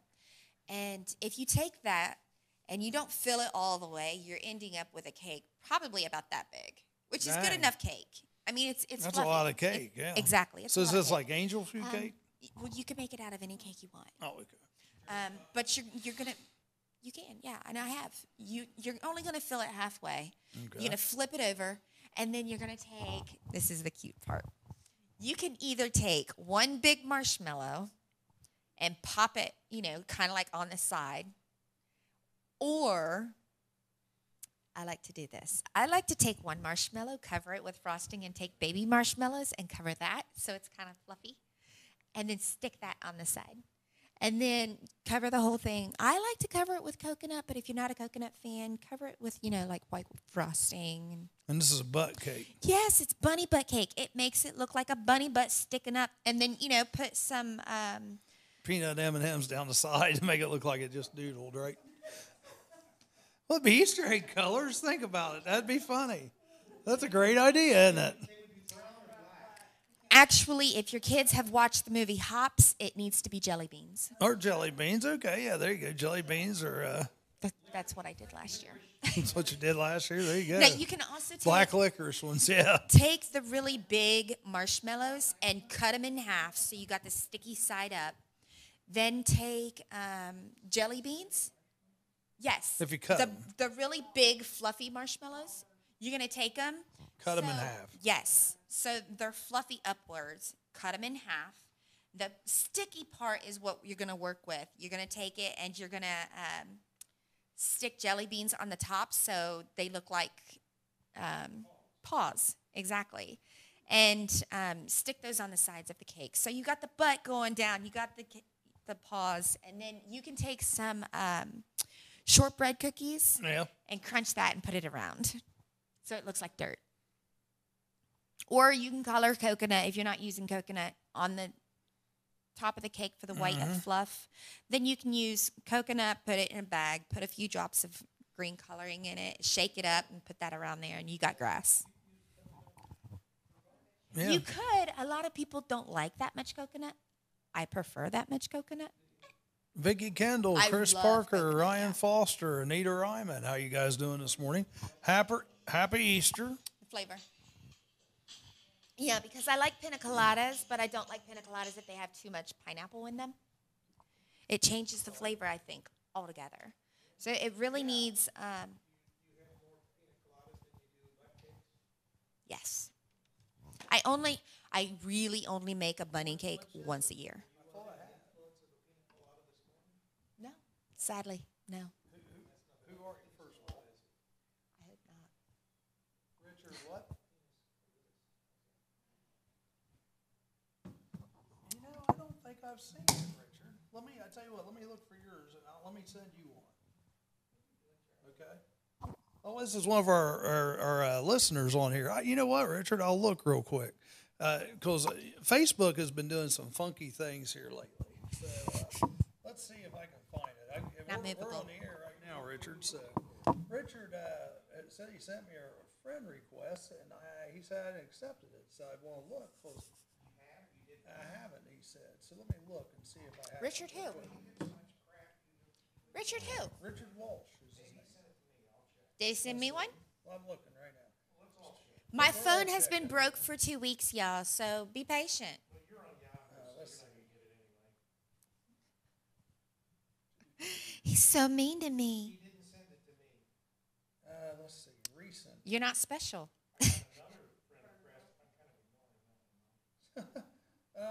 I'm looking through my recents, and I don't have anything. See it. So let me. What's your Facebook look like, Richard?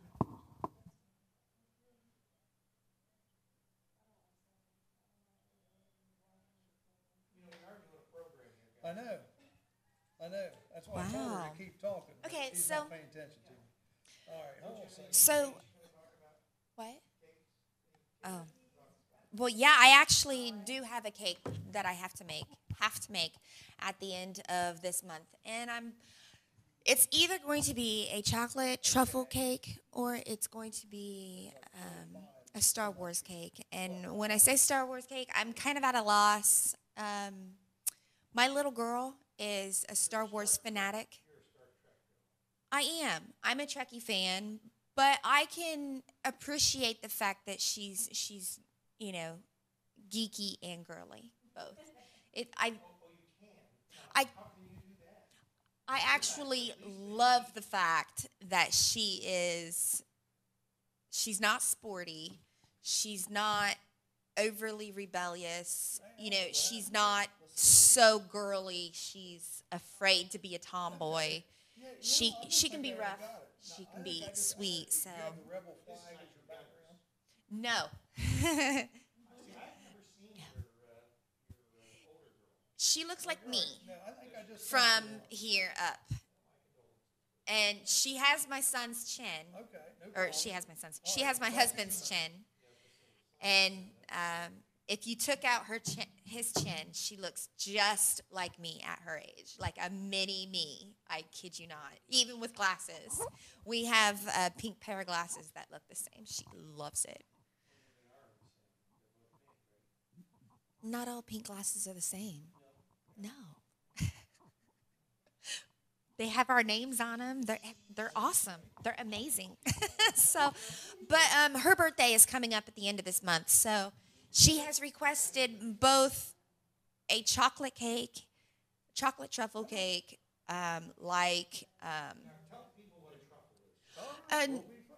truffles are two different things. Either it's a mushroom or it's a chocolate. As a pastry chef, I'm kind of partial to the chocolate ones, not the mushroom kind.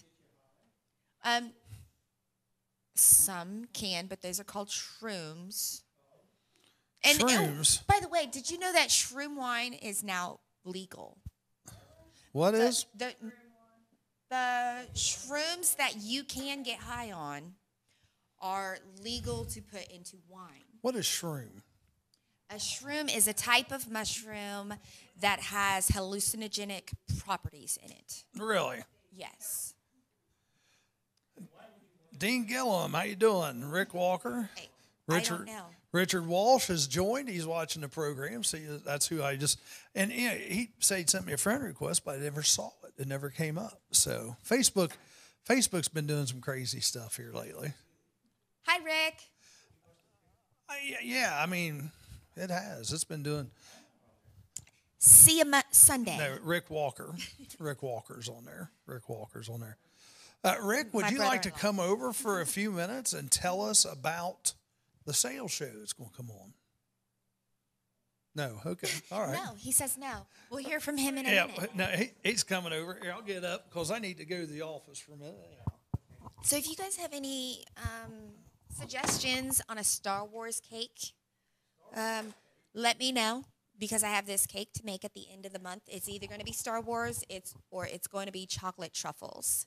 And we started talking earlier, truffle, you guys get those. They're like in the boxes of candy. Hey, everybody. Square, what happened? Let me scoot over. All right, let's just get over a little. We'll get comfortable here. How you doing? I'm good. Yeah. Long So time no what about see. the sales show? The Shell Show? Shale show. I'm shell-shocked. The sales show, well, that is one of the new things that we're going to be doing here. Yay! And that's one of the reasons Moving that we on up. are here in Wilmington. We've discussed this ad nauseum before. Up in Jeffersonville, we have limited internet access right now. We're waiting for a cell tower to be installed, and that'll be sometime this summer. And once that happens, our antenna is going to go from 30 feet to about 150 feet. We should keep doing it here. Okay. Well, anyway, because it's convenient, right?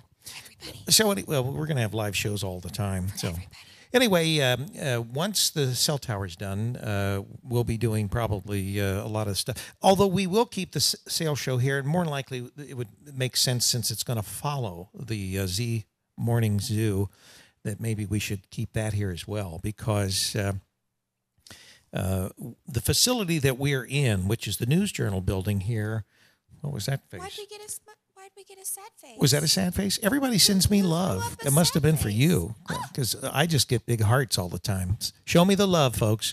Show me the love. No. Show me the love. No, she doesn't need any love. Anyway, getting back to the importance here, we will be starting a sales show here. Probably it's going to be a few weeks before we really get it up and operating, because we've got to finish So we're looking about May? setting up the studio. Well, May, June. probably. See, there's some love. Probably mid-April. Mid-April. Mid-April. So, soon. in about Soonish. very soon, yeah. But Said a couple of we're going to weeks, be I expected. well, a couple of weeks is soon, isn't it? No, No, it's not. not really. All Not right. really. See, there's. Ooh. But anyway, the sales show, we're going to sell all kinds of stuff. Like what? We're going to bring in merchants that have things to sell. We're going to sell items off of pallets. The facility that we're in, which is the News Journal building, has several warehouses as part of the building, and has docks. And so it's sort of better here rather than up in Jeffersonville that we bring and do the sales show here, because we can bring items in, we can bring pallets in into the loading dock, into the warehouse, and store that stuff, and then be able to bring it and show it on the show. It's sort of like a home shopping network. The only difference is that it'll be live, and you will have to tune in to get the best deals, Yes. because Woohoo! you will miss out if you don't tune in Now- live. How are we going to handle the getting the product to people? Well, and once Have it, we hammered that out? well, in most cases, people are going to have to make arrangements, probably depending on the items, for pickup, or we will ship, but that'll add to the cost because these items are going to be, below really wholesale cost. These are items that, but the good thing is that everything that we do here, there'll be a warranty. You'll have the opportunity to know that they work. So it's not like we're just. A lot of times people buy stuff off pallets and they don't work. They don't. And once again, the facility that we're in and the studios that we're building out, that we're in about 4,000 square feet here. It's got accommodations for doing just this kind of stuff and making sure things work. And we've got, I don't know, probably a dozen offices in this space. We do. Yeah, so we've got all kinds of room. Maybe you'll even have your own office. We'll give you a desk. Yay! Yeah. So I don't know what you'll do at it, but anyway, the sales show, it'll be from 10 until 1. Monday through Friday. We may do a weekend. We'll just have to see how well it goes. But 1 to 10 or 10 to 1, and it'll be right after the morning show. Am I boring you? Which would be I from already told you I'm not getting enough sleep. 7 to 10. 5 hours is more than enough, and you're younger than I am Yeah, by but at least 2 or 2 3 years. Is not enough. 2 or 3? 2 or 3 hours is not enough sleep Yeah. Well, for anybody. well, that's true. And I'm not getting to sleep. See, all tonight my until kids are after grown. I don't have to worry about. Yeah, well, Charlie. Now Charlie's playing the Rick card here. He's sitting in the background making all these lewd comments. Well, it's Friday night, and all my kids, they're out. No, it's Friday afternoon. It's actually Friday morning still. We were talking about tonight, though. Oh, well, tonight is Friday night. Right. Yeah. So, You going to the Reds game? no. No. What? No. Well, I don't know. Are you going to your favorite place? I'm getting my nails done. That's not your favorite place, is it? And tonight, just because things didn't work out, I actually have to take my girls with me when I get my nails done. What do they So, do when you take them with you? I don't know. They occupy them? I don't know. I've never taken anybody with me. It's usually my time. Well, you never took me, that's for sure. Look, once a month, I get my nails done. It is my time. Yeah. 1 hour every month. I'm not asking for much. There are 6 people in my house. Well, you're pretty demanding. You want more than 2 hours 1 sleep. hour. How selfish of me. Imagine that. So anyway, So I'm getting my nails done. My boys are going over to a friend's house. I have to make sure they get there. My husband's going to work. I'm in charge of the girls. And because it's just me and the girls, the boys aren't home, and it's so close to Easter, I wanted to do something special with them. well, it's Good Friday. It's very close to Easter. Right. We're either I'm either going to take them out to a movie, take them out to dinner. We're going to do. So what kind of movie? I don't know. I don't know what's playing. Yeah. I have no clue. That's what they do. They have these phones. Yeah. I know what she wants to see, and her birthday is way too soon. So we haven't seen the newest Star Wars that's come out. The Oh, newest one. has there We been a new haven't one? seen it. I haven't been to a movie in 10 years. My boys have seen it. They went with friends to see it, and then my husband wasn't able to. Because He I had to hate work. most of those liberal actors. That's the problem. So I won't. I refuse to. I'm not shopping at Kroger's anymore because they took the gun. And I don't even look at gun magazines, but they took gun magazines out of Kroger's. I said, that's it. I sent them an email. I said, I'm turning in my Kroger card, and I'm not buying anything from Kroger anymore. So, yeah. Way to take a stand. Yeah, he canceled. Yeah, he canceled. But that's because Susan Rice is on their board now, so they're going to be preparing all kinds of ideological programming on Netflix. So anyway, that's all right. That's all right. I don't have I don't even have a television right now. Imagine that. Well, you do if you go to your basement. Yes, my son has a television in the basement. I don't go down into the basement to watch his television. When Gollum goes to the basement. You know, and I don't. I do have a television in Jeffersonville because I'm experimenting with the digital displays that we're going to be putting all over the place. So anyway, got all kinds of things going on. But so the sales show and the morning zoo more than likely will be originating in Wilmington and going out the many places. We're looking at a third set of studios in Nelsonville, Ohio. I don't know where And that's Nelsonville is just a little bit northwest of Athens, Ohio. I don't know where that's at. That's the southeastern part of Ohio. Why are we going It's there? about 2 hours from here. Well, because there's a college there, a junior college, and we're going to be doing all kinds of stuff with them. And Nelsonville's a neat little town. Sportsy, yes, that's what we do. That's what pays the bills. That's what keeps the lights on. That's where you get that inflated salary that you get. Do you get an inflated salary? I don't get any salary. Oh, well, she missed the memo. Charlie, tell her. Yeah, it's like cheeseburger. See, cheeseburgers, McDonald's Happy Meals. Can you make it donuts? Not McDonald's. Donuts? Yeah, I guess we could. Is there a Donuts, Dunkin' not Donuts around here?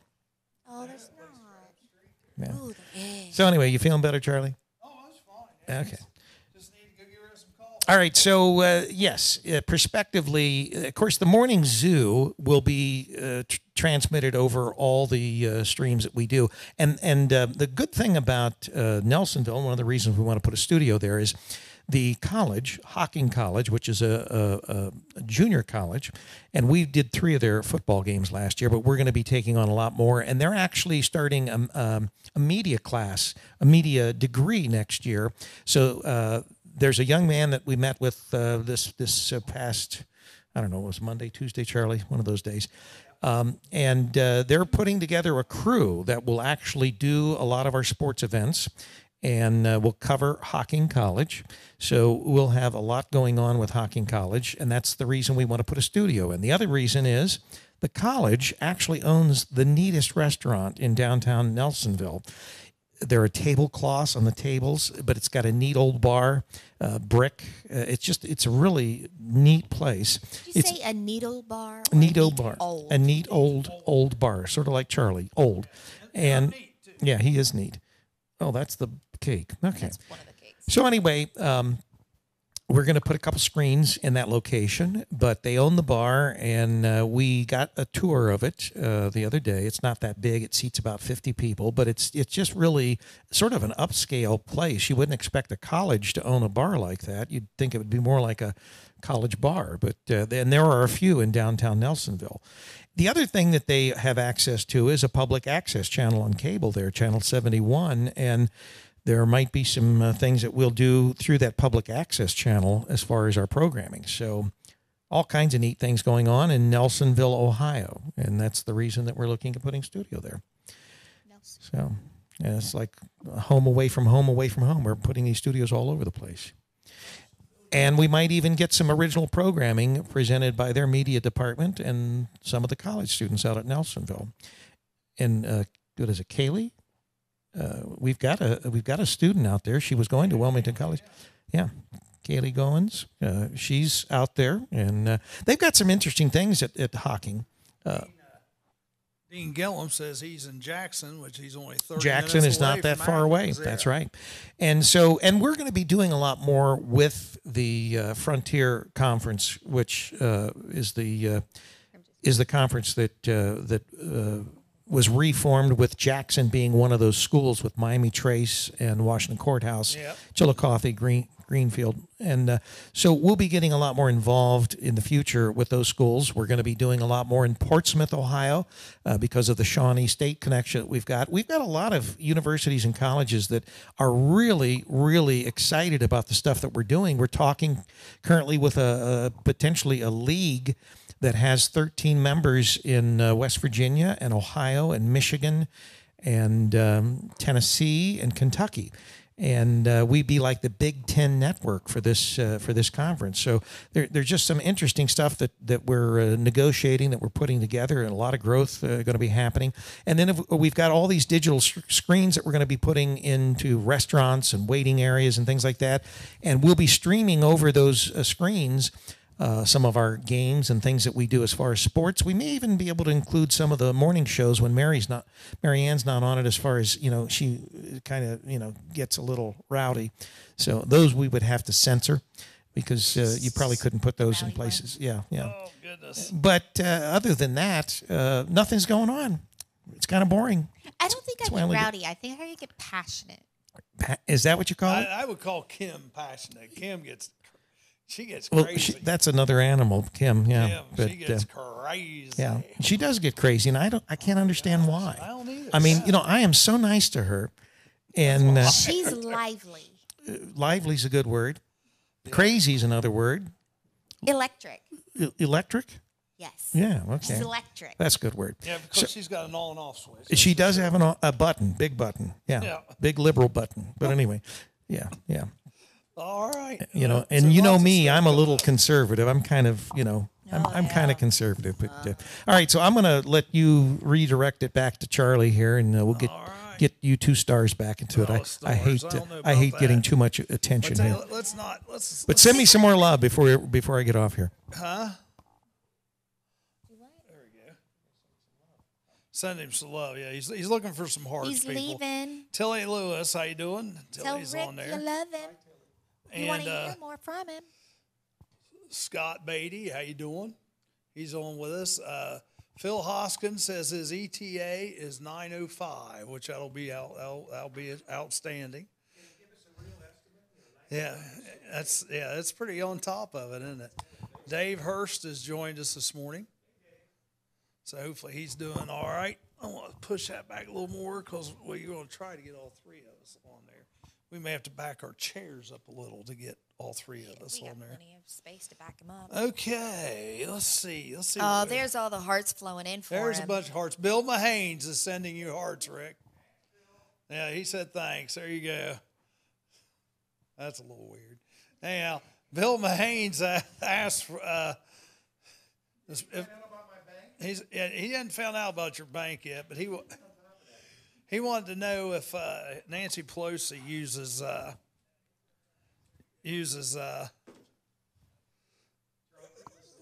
I'm trying to get it turned down. Using what do they call those, illegal aliens? Yeah, that's what he wants to know.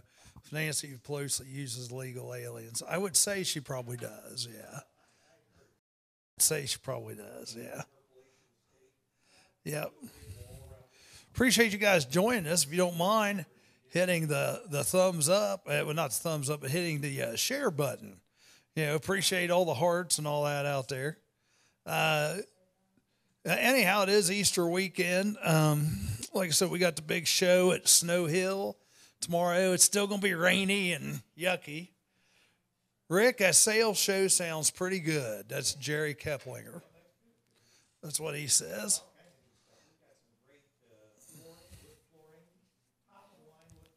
I think we need to start a dating show and have Jerry be the host. We have a dating site. Ooh. There you go. Randy George, I hope everything's going well. I mean, I saw your post yesterday, so you have all of us a little concerned. There's Richard Walsh. He says, hello. How you doing, Richard? Glad you, and Richard, I would have accepted your friend request the other day if I'd have got it. I just didn't Didn't get it, really. It didn't pop up. That's why as soon as you said that today, it's like, well, let's get you hooked up. We'll just get her done. Or just get her done. Dave Hurst, we are in Wilmington today. I don't know if Dave might pop in. Dave may pop in. We'll see. Yes. Stretching like a kitty cat. Yeah, I heard you popping and cracking there. So, anyhow, so what do you got? You say you're not going to go to church, right?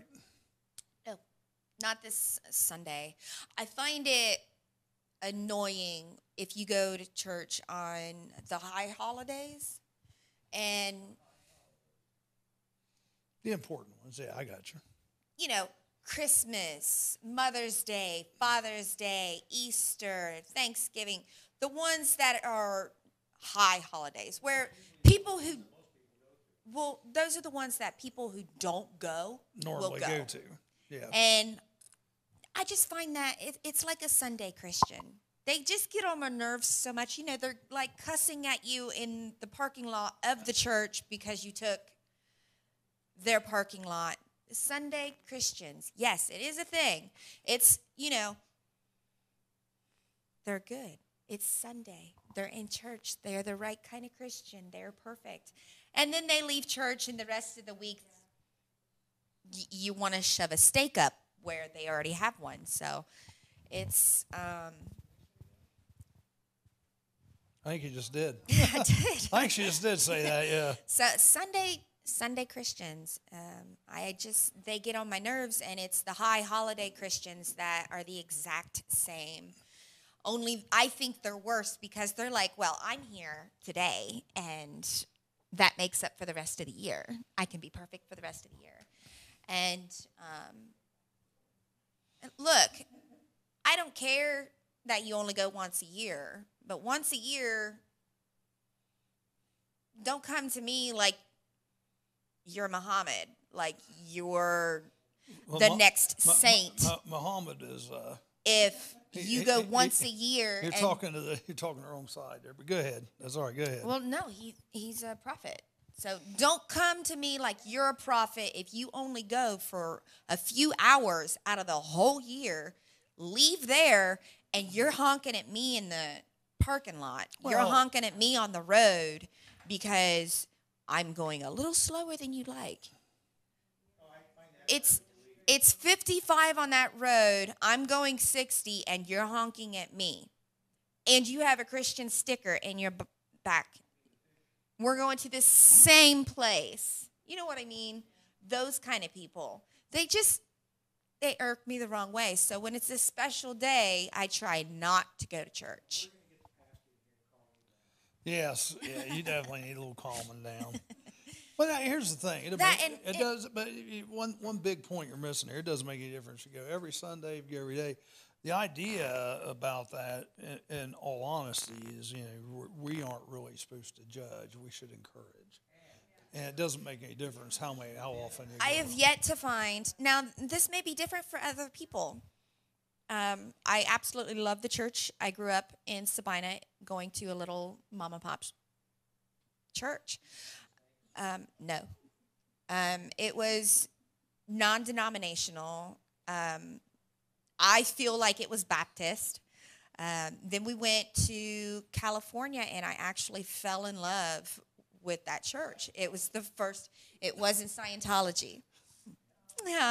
It was the first church where we were happy, and everybody in the family was happy there. No. But I did drink the coffee.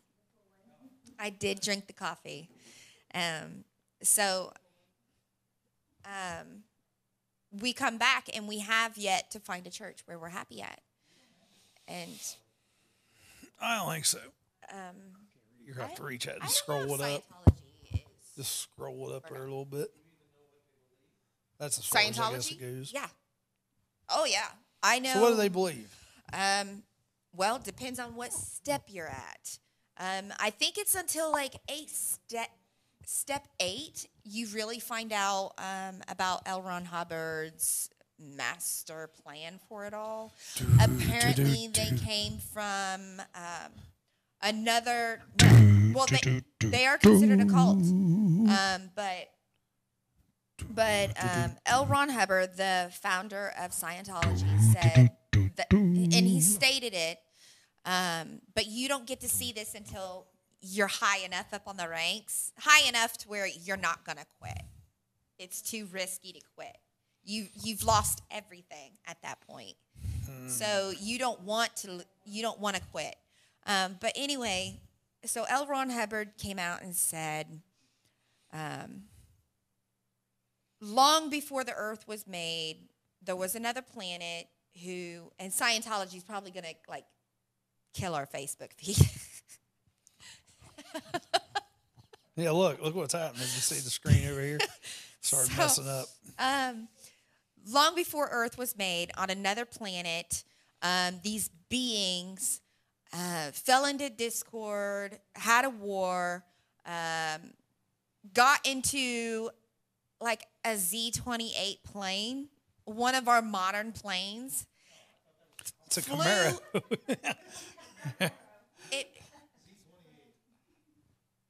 are correct. I have it wrong. It's one of the big cargo planes. 747. Yeah. Jumbo jet. Yeah. It's funny 747. because he says specifically it looks just like it. But they're on another planet in one of our modern planes, and they all get in this plane and they go into a volcano. And it's not suicide because when they died, their spirits or their globes traveled the universe and landed on Earth. So everybody is these You know a lot more about this than I twisted dreamed bodies, about. these I twisted don't. souls from this other planet. And you have to clear yourself. That's what they consider clearing the planet. You're clearing the people from these negative Cleansing. things. They call it clearing. Yeah. Yeah, it's the same type of thing. Yep, you're good. So they're clearing the planet, and they're making everybody acceptable for this new world where all of these beings are going to live. No. He has a handler. Scientology has, for every celebrity, they have a handler, someone who is in Scientology and makes sure that they work with Scientology. Their people are Scientologists. Every person around them is within Scientology. Kind of like Dean's your handler. So it's I'll pay very for that. mind-boggling. You know Dean, right? Yeah. Well, it's weird because it makes Sounds like a big best reach. of relationships. Oh, it's a horrible reach. People Big that reach. have reached that level are like, I paid this much for it? What? I've never been in it. You know a lot about it. I've never been to Scientology, never been in Scientology, will never be in Scientology. I've never given them any money. And that's basically what it is. It's not a religion, it is a cult. Now, she liked the church out in I California. love the church I was going to. But out in this was not California. that church. Not a Scientology church. No. What kind of church was it? They claim non-denomination. They had like 8 ministers. And, well, I was brought up a Southern Baptist. Mm-hmm. And my mom believes females should never be ministers. I do not fall in that line. I believe women can be ministers. My mom believes that if they're ministers, then it's not non-denominational. It's not Southern Baptist. It's nothing at all. But there was a few ministers there that you would have liked. The head minister, he played in Las Vegas in a boogie woogie band. Oh, neat. And every once in a while, he would mix his boogie woogie with the fire and ice. They thing. eat well. The nice thing about Baptist churches, the best thing about Baptist churches, Fire and ice. no, I love that. is the carry-ins. The carry-ins are great. Yeah. It's at a Baptist church or Yes. Southern Baptist churches. That's right. He should be in here the next 5 minutes. I absolutely love the fire and ice in church. Fire and ice. You like it when they get on you. Yeah. Well, not on me. I like it when Not on you. Wait a minute. I like to be able to like. Are you the, sinless? The preacher is like bringing it down, and I'm like, every once in a while, you just kind of look around at people, and you see people going like this. People who are like, Yeah, he's talking about me. you're like, he did it. He's Don't doing you something he's not don't you supposed hate that when you go to a church like that and it feels like they're talking about you? It's like reading somebody's Facebook post, and then you don't know whether to comment Phil, or not to comment because you come don't know if it's about you or not. Here's a clue. If you don't know if it's about you, it probably is. If you got a question whether somebody's Facebook post or comment post is about you, it probably is. Come on, Phil. If you I'm not feel sure like where you it got is, maybe you should correct yourself. there. All right. Well, I tell you what, it's 9 have a o'clock. guest in the So house. we've got to take a little. We We're got to gonna take a take little an break, ID. and then Phil, come on over and join us over here, and we'll Come on see. in. We might need to back our chairs up just a little bit so we can get into the picture there. And we have a little 9 o'clock. Hey, how you doing? Nice to meet you. All right. Now you look a lot younger than your Facebook picture. All right, good. He's got I'm about as much- 41, lots of gray hair. Let's This see. has more Let's gravy. get him. Yeah, He's doing pretty good. been pastoring for 3 years. You start pastoring, it's kind of like you see the before and after of the presidents. Is your mic on there? The green light. At the beginning of the term. Yeah. I turned it on. 106.9 WZAA LP, Jeffersonville. All right, we're ready here. We I'm are gonna live look behind with- Mary Ann like this. There we go. Philip Hoskins. Phil Hoskins is in the house. Now, Phil, first of all, nice to meet you. Nice to meet you. And Phil has been following the show, and we have never met until just now. That's right. So don't be offended if we say anything dumb. need Of course, No you've- problem, You, no problem. You've watched the show enough. so Well, you- Mary Ann taught me more about Scientology, and, not going to church on Easter or major holidays.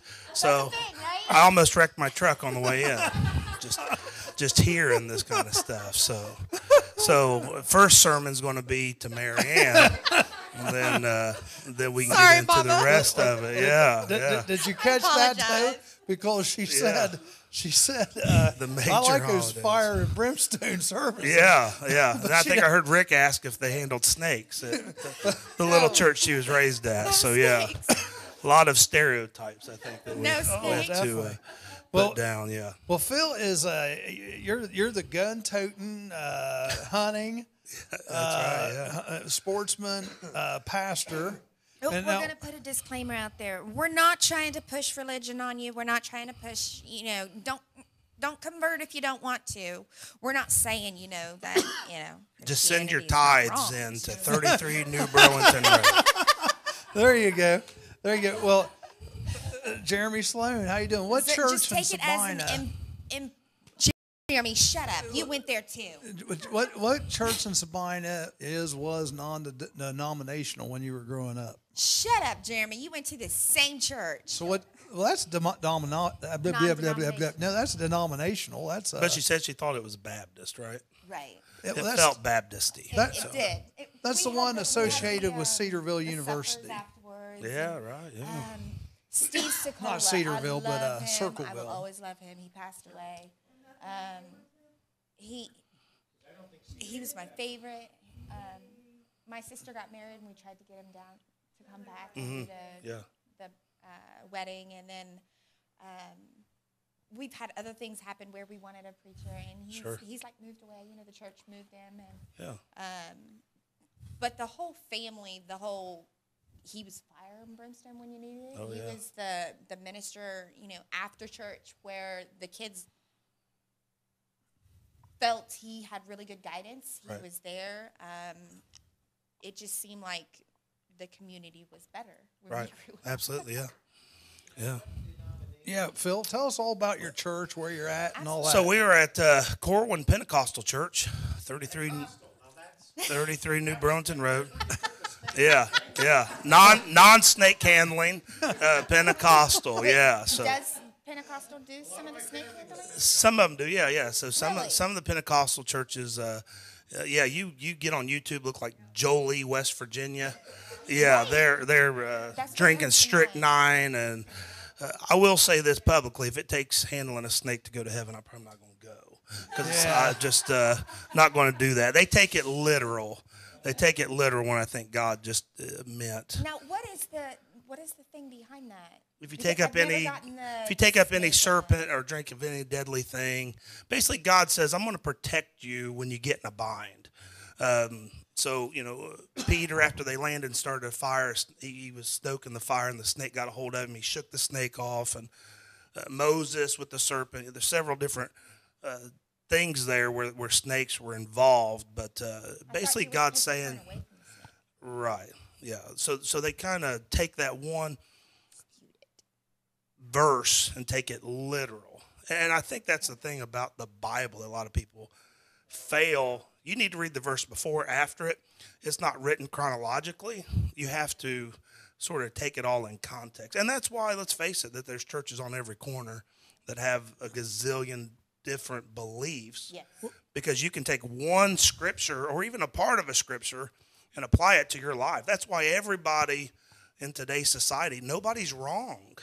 To find a sinner, it's almost impossible. And that's not, being mean or rude, but you talk to anybody about Jesus or changing their lives, everybody's, got a thing because they've taken one part of Scripture, and that's why you have so many different, denominations and religions I thought and beliefs. every religion was everyone but Scientology was basically you needed to admit what you were a sinner, right? In doing so, it doesn't make you not a sinner. It just makes you, kind of like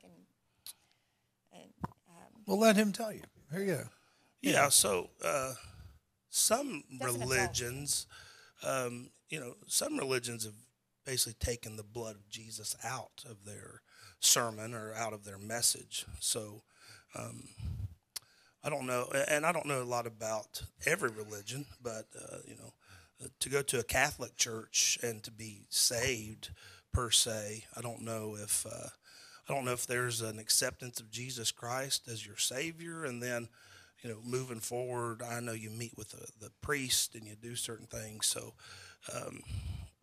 the premise of it, from what I believe to be the truth, and according to the Scripture, is work out your own salvation with fear and trembling. That's in the Bible, and apply apply the Bible to your life, not try to change. I tell people all the time, the Bible's not a smorgasbord where you just pick and choose. I think that's where a lot of people get in trouble. They just Right. they pick and choose what they want to do. If it goes against their flesh, if it goes against what they like, then all of a sudden they just push it off to the side. Well, the problem is, at the end of the day, I think we're going to be judged by the book as a whole, and so Right. that's where it gets a little tough on some folks, and some people have a hard time accepting the fact that, because we're taught that God is love, and He is. Sure. But He's also just, and He's also jealous, and He's also going to hold us accountable. And let's face it, in all aspects of life, nobody likes to be accountable nowadays. Oh, Nobody's that's very accountable to true. anything. So it's a I can be accountable. I can admit my mistakes in a heartbeat. If it feels good, do it.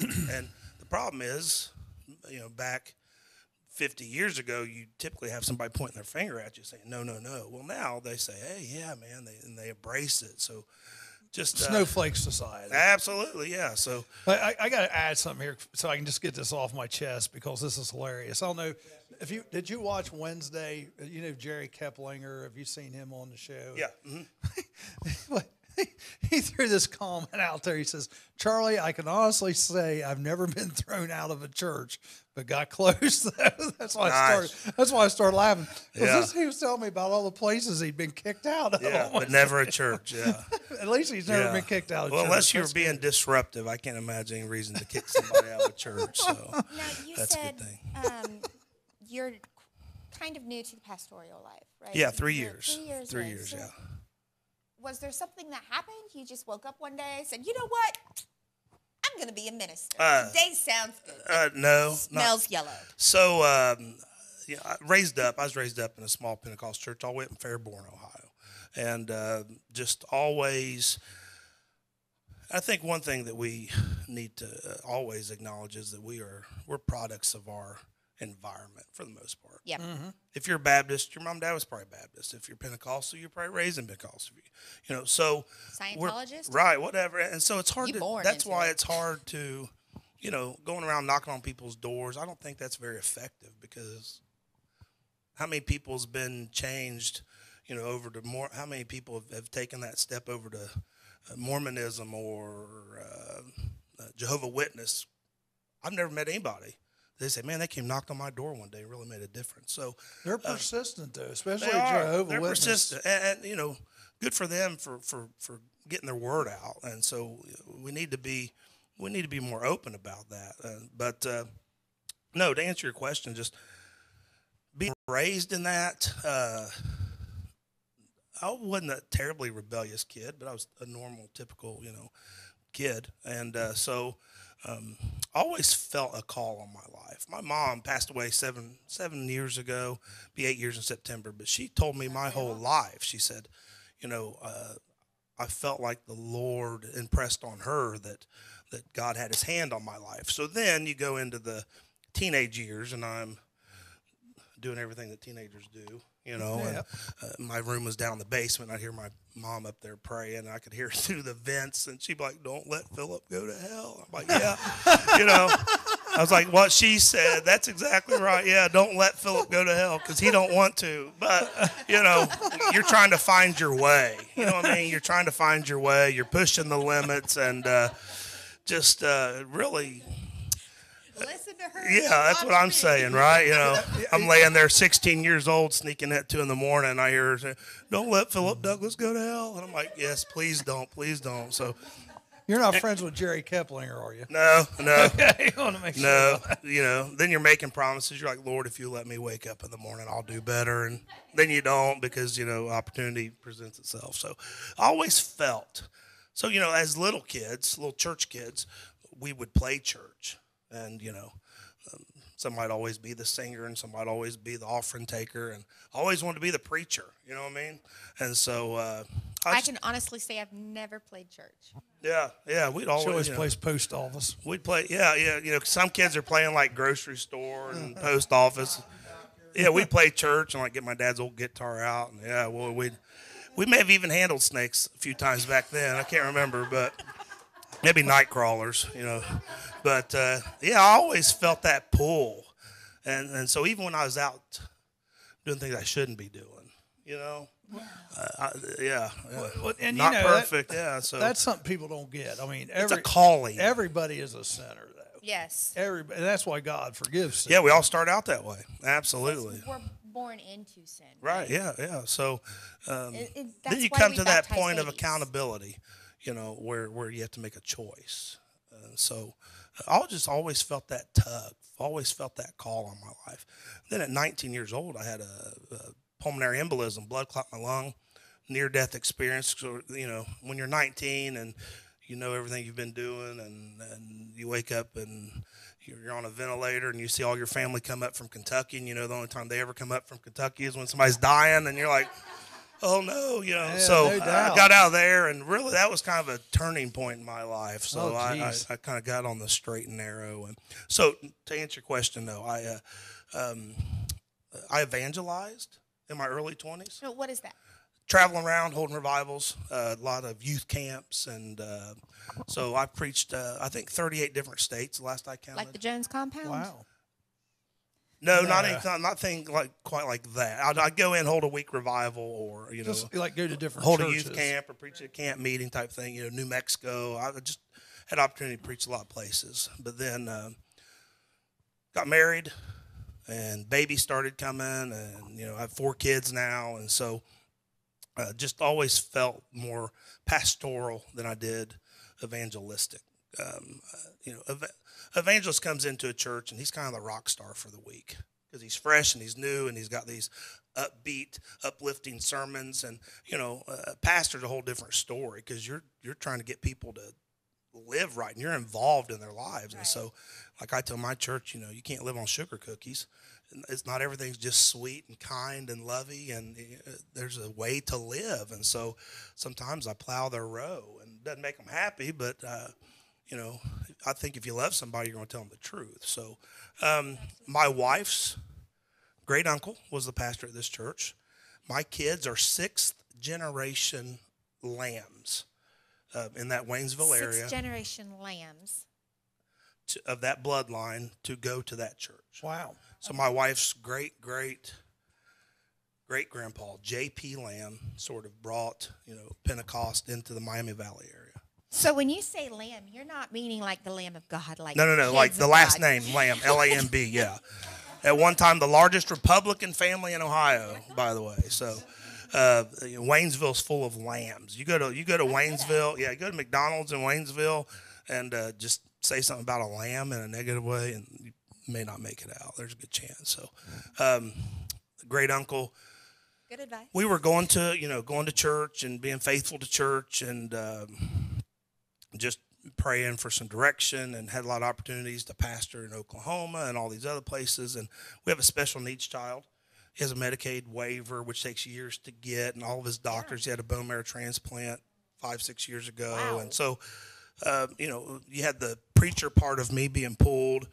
Hey, let's go to Oklahoma and pastor this church, or let's go to Alabama and pastor this church. All these doors were opening, I thought, but just never felt peace about it because at the end of the day, my family comes first. Right. So I'm trying to keep things straight for him. And so went down there and held a little revival for them at that church. And at the time, the pastor, my wife's great uncle, had cirrhosis of the liver, and he needed help. And he said, would you come down and help us out? And, of course, I'd been, in the ministry long enough, and there's some business to it as well. And I said, I'll tell you what, we'll come down for 90 days. That way, if it's not a fit, nobody's awkward because we still have to have Thanksgiving and Christmas together. So we'll come for 90 days. If the church doesn't really take to us, or if we don't take to the church, or we'll just part ways, and no harm, no foul. So we got down there and just fell in love with the people. They fell in love with us. Of course, my wife related to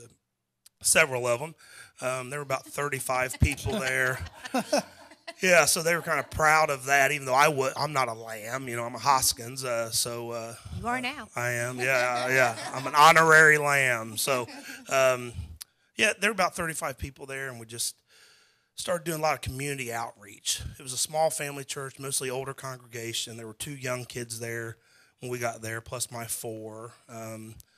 We started doing community outreach, coat drives, and just reaching out and going to, lower end places there in Waynesville and trying to get kids to come. And so last Sunday, we had 80 people last Sunday morning. Wow. So our church has really almost doubled, and a little bit more in the last 3 years. 30 kids.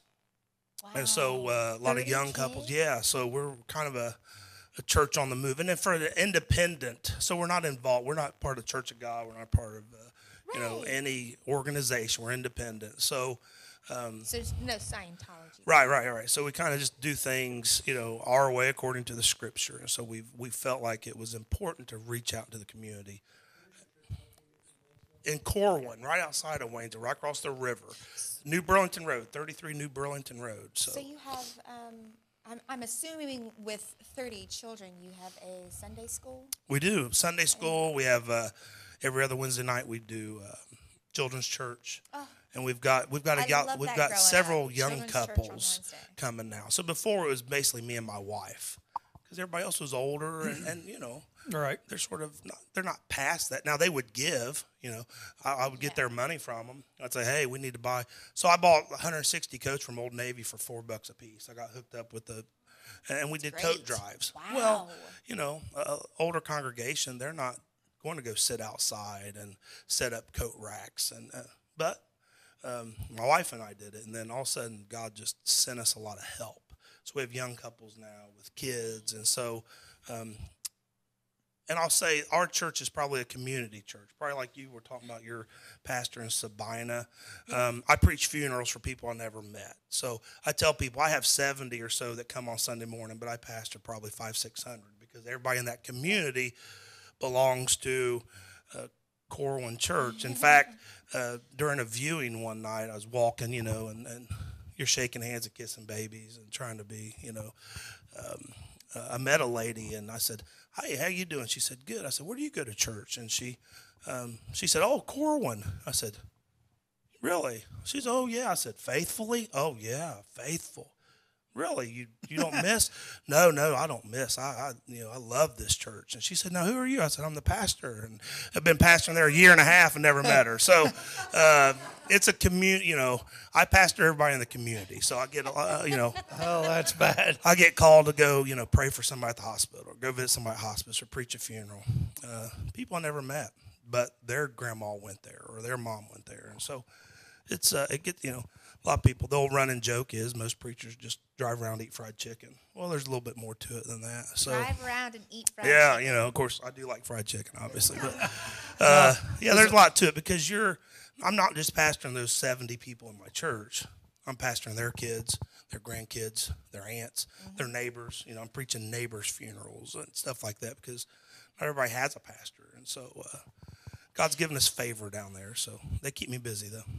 Well, it sounds like it. And now you're non-denominational, but that's basically your basic Christian. Or no, you're Pentecostal. We're Pentecostal. Sorry. Yeah. We're Sorry, but you're either Pentecost or plenty lost. That's what a guy told me. That's not true. That's not so, true. I had a guy tell me that once. So now, what time does your church service start? 10:15 on Sunday, 6:30 on Sunday night, 7 o'clock on Wednesday. So 10:15 on Sunday. Now, Easter's this Sunday. Yeah. Are you having a special service? We are, yeah, a special service, and we sort of Carry in expedite afterwards? things. No carrying. oh man, I know, what's right? going on? I'm the one guy in there that would love to have a carry-in, but it such a busy day. So typically on the special occasions when Marianne doesn't go to church, we try to expedite things. Typically we'll get out around noon on I would Sunday. say I never go to church. Just on majors. Just on Just major on holidays. majors. So Look, I know I'm rude. Like inside, I'm rude and I'm angry when somebody cuts me off, when somebody's rude to me. Yeah, I take sure, that yeah. internally. Like I won't yell at you for being so uptight and rude. I will take that to myself. Yeah. And I will let it go. Now, because I know I act like that, I would rather stay home than ruin my day. So she's doing everybody a favor by not coming. So yeah, the fact that anybody would be rude, I though, want that day to be good. And I think that's one thing people sort of label. At the end of the day, you got to remember that Christians of all faiths are human, Yeah. and we all get a little road rage and give them one of these, and honk the, My 3-year-old one day, he said, "Honka your horn, Dad, honka your horn." I said, I'm not sure if I'm being a very good example to him or not. Yeah, honka your horn. So, and a lot of people say, I talk to a lot of people. I work a normal job as well. Your construction. I'm a engineer, project aren't you? manager for a construction company. Yeah, Greater Dayton Construction up in Beaver Creek, and So a lot of people don't realize that when you're a minister, that's not just what you're doing. You No. have a job on the side. yeah, and not all pastors do. A lot of churches are in a position to pay their pastor a salary, and ours is. I just haven't made that move yet. 'Cause You I'm come still up able- with your Sunday, like what you're going to say on the Sunday. I know they're Yeah. called sermons. Yeah. but Mhm. Do you come up with that during the week? Is there? Yeah, sometimes you it's do during that, the or do you week. just come up with Sometimes it on it's the fly? the day of. Just depends on. yeah, you spend a lot of time in prayer and reading the Bible. And a lot of times, it's the interesting thing about the Bible, we've probably all heard it called the living word, because you can read the same thing 5 times and it'll speak to you 5 different ways sometimes. So sometimes things will just leap off the page while you're reading, or sometimes you're driving down the road, and I was in a parking lot the other day and saw this little bird trying to eat a French fry, and I thought, man, there's a sermon in that. The little thing's starving, but it's struggling, And so I try to do a lot of alliteration too. So I'm working on that, Corwin. If you're listening, you'll get ready. So struggling and starving, and I'll come up with another S. But yeah, you put. I have a lot of books. I like old sermon books. I have noticed that. You'll find little nuggets in there. I've met a lot of ministers who have like libraries. Yeah, you'll have commentaries because you read a scripture and you like to know kind of the Latin part of it or the Greek part of it, and I'm country with a K, so I don't necessarily have the mental capacity to just rattle off the Greek and Hebrew versions of everything. So yeah, a lot of we have a library. I have a library at the house, and so just kind of dig a little deeper. And of course, with Google now, you can kind of Google everything. So Google, not Yahoo, Marianne. Google. What is the best thing and the worst thing about being a minister that you find? I know you're. So I can tell you the worst thing probably pretty easily. The worst thing about being a minister would be trying to find that balance. So I work 40, 50 hours a week, church 3 times a week. So I got to get 3 sermons together for the most part, and trying to find time for my 4 kids, my wife. The dog. So trying to find balance is probably the hardest. Trying to. Are you a fire and brimstone minister, or are you more relaxed, laid back? No, I don't go. Stand on the corner and tell people they're going to hell. I just don't think that works either. I don't hold up signs.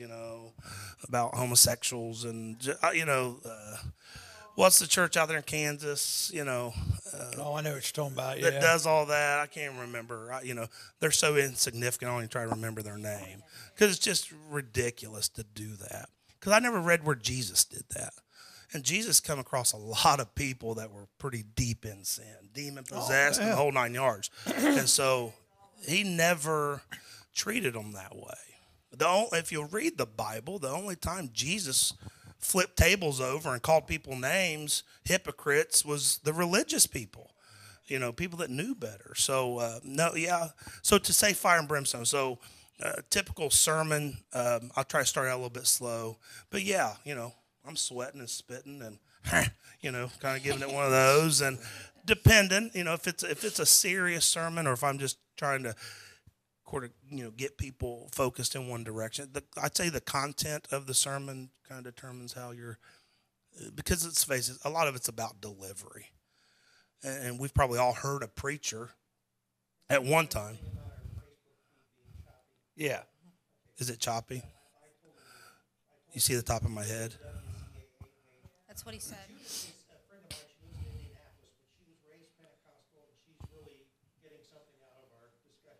Oh, yeah, good. Another S the guy said would be striving. Yeah, there you go. Yeah, Jeremy Sloan's there striving. Yeah, starving, struggling, striving. So, yeah, people kind of remember that stuff more. But like I said, the delivery. We've probably all heard a preacher and thought, man, that guy preached the house down. And then somebody says, well, what did he preach? I don't know, but he was good. I don't remember, but it was awesome. And I've done that. I've left church before as a lay member and thought, woo, wow, you're wiping sweat off your brow. I'm like, wow, what a powerful, and you try to tell somebody, well, what was it? And I'm like, well, I'm not sure, but it was real good. So, yeah, fire and brimstone. Yeah. So, as a minister, you have to agree, there are Sunday Christians. Oh, absolutely. It drives me crazy. I think it was a minister that told me. Yeah. He actually Your Sunday onlys, for yeah. 2 months, nothing about Yeah, Sunday so there's nowhere in the Bible that basically says how often you need to go to church. There's scripture in the Bible that says failing not the assembling of ourselves together. So here's my thought on that. If you go to a church, and I was raised in a church that had like Saturday night. I was raised in a church where we went 4 times a week. We went Wednesday night, Saturday night, Sunday morning, Sunday night. And if I would have asked my parents, hey, are we going to church tonight? They would have rolled me against the wall. You didn't ask. You just got So my thing for people are, if you're going to go to a church, be faithful. God blesses faithfulness more than he does talent or anything else. And our great, I tell this to my church a lot, our greatest ability is availability. And so if you're going to go to a church that has Wednesday, Sunday morning, Sunday night, then I have a hard time for somebody just showing up on Sunday morning. And you'll find oftentimes those Sunday morning ones are the ones with the loudest voice and the biggest opinions, trying to tell everybody, I've had them take me to the side. Hey, brother, I think you ought to. And of course, then the human part of you want to say, well, I think you ought to come to church more often. But you don't do that. You say, hey, appreciate it, and just kind of move on. But, at the end of the day, the Sunday morning only, they're looking for more of a social club and just a gathering. I think they're looking to kind of. Travis O'Connor, Virgil Atkins, Dustin Irwin, CJ Runs in the Walls. Thanks for watching today. Yep, Travis O'Connor's getting married tomorrow. He's congratulations. Some of our sports guys. Another one bites the dust. Yeah. Notice most guys say that. Girls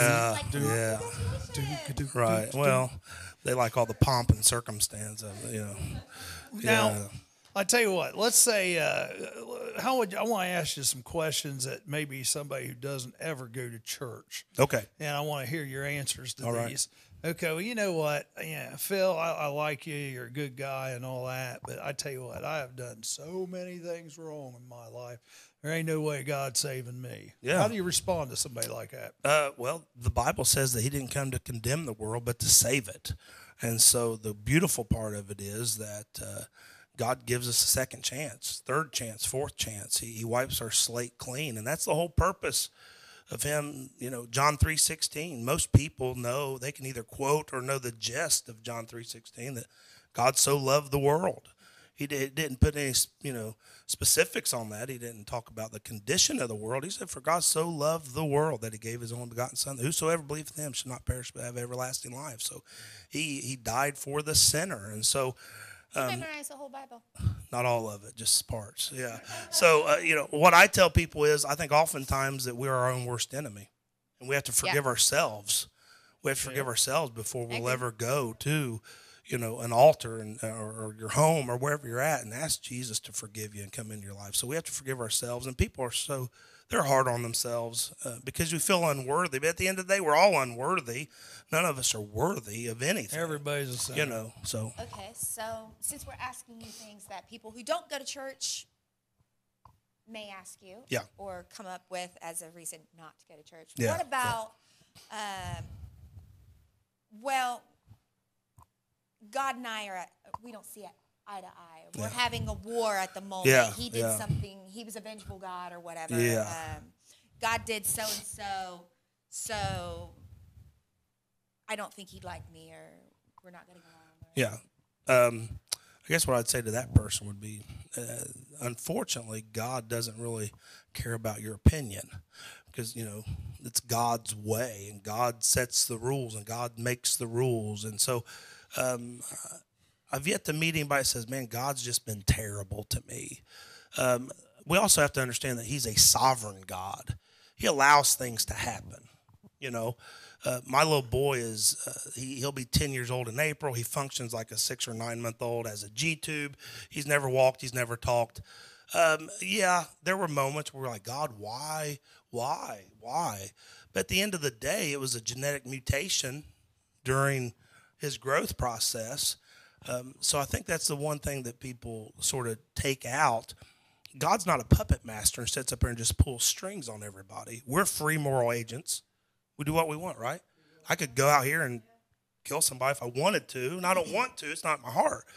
We do whatever we want, but not going to. I'm not going to. I want that clear. I am not going to. But he is a sovereign God, so he allows things to happen. So, I think a lot of people do get bitter at God when somebody passes away or when something bad happens. I know people that get mad at God because of their finances. Well, no, you went to Applebee's and put on a credit card 10 years ago and still paying for it. That's why you're or you took a second mortgage out to buy a new vehicle when a used one would have been fine. Not God's fault. He's a sovereign God. He allows us to make choices. Make mistakes. Yeah, and so I think that's what I think a lot of people do. They just view God as a puppet master, just pulling strings and everything we do. And, he's aware, obviously, of everything we do, and he gives us strength and ability to do the things that we do, but he's a sovereign God. He allows us to go our path. So let me ask you this now. Okay, so we have the guy that comes to you and says, I've just been through too much. I don't have any chance. You say, well, basically everybody has a chance. Yeah, right. So now this is one thing that kind of I'm anxious to hear your opinion on this. Okay, so all right, Pastor Hoskins, I go to your church. I believe. I want to be saved. So I get saved. I get baptized. I assume you baptize in your church. And I accept. And I'm going to try to live a better life to do that. But now I'm saved. So some people believe once saved, always saved. Mm-hmm. And some people believe, that you can fall out of being saved. Yes, right. But actually, the one church I went to last, one thing I liked about, they explained better than anybody. Well, yeah, saving is just the first step. Now the second part is like sanctification. Sanctification, yeah. And I like the way they said that because some of the other churches I went to, well, you're saved, you're okay, don't worry about it. But with the other one is, you're saved, but now look, you need to try to, the idea is to live more like Jesus, like God. Yeah. But a lot of people miss that. I'm saved. Yeah, and, sure. So how's your church view those issues? Saved, we do not sanctified? believe in once saved, always saved, or once in grace, always in grace. I think that you can fall away. I think you can allow yourself to separate yourself from that experience. And you're exactly right. I think salvation and sanctification go hand in hand, where it's an ongoing process and you're daily growing. It's a daily walk. I think the once saved, always saved, and I've got a lot of good friends. I've got a great friend out in Baton Rouge, Louisiana I grew up with. He's a Baptist guy, and he believes, once saved, always saved. So we pick at each other constantly, To me, and I hope this is not offensive to anybody, I think it's a damnable message to tell somebody, because then when they do sin or they do make a mistake, instead of going back and making that right and talking to God and saying, Lord, forgive me, I'm not perfect, I made this mistake, they let it go. It's like a pass. Yeah, and so, if you believe the Bible says that no sin is going to enter in there. So it's a daily walk, and it's a daily challenge for us as Christians to say, hey, I'm going to do the very best I can today to live a sinless life, And some people say, well, you sin every day. I don't believe you have to.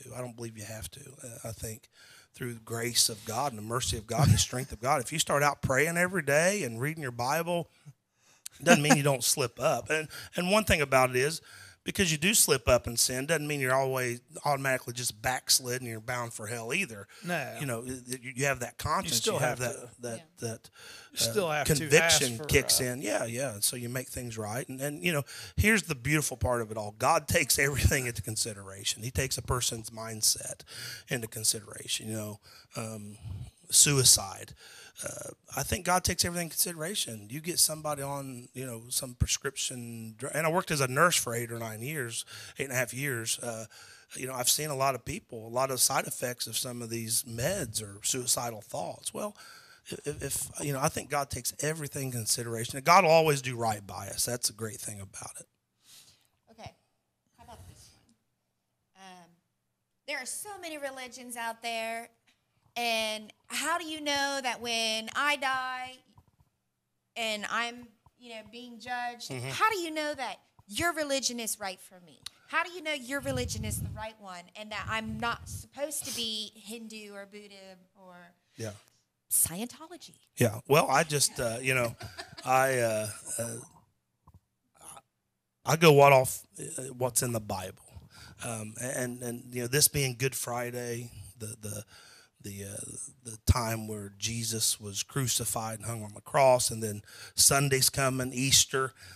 You look through all other religions, the one thing that separates Christianity from the rest of those is that our Savior, he got up. The rest of them are still in the tomb. You know, Allah and Buddha. You can go visit their tomb, and they're still in there. But the Jews believe Jesus wasn't the real prophet, that he never rose. Right, yeah. Yeah, and then Christianity split. And the Jews are God's chosen people. They're sort of but they didn't believe in Jesus. Right. They're sort of a different group and category. You know, a little bit tough to even kind of figure out their mindset, for me anyway. And I probably haven't spent the time. Mm-hmm. Yeah. So I believe that child automatically goes to heaven, and here's why. You take a 6-month-old baby, and it passes away in the crib from SIDS.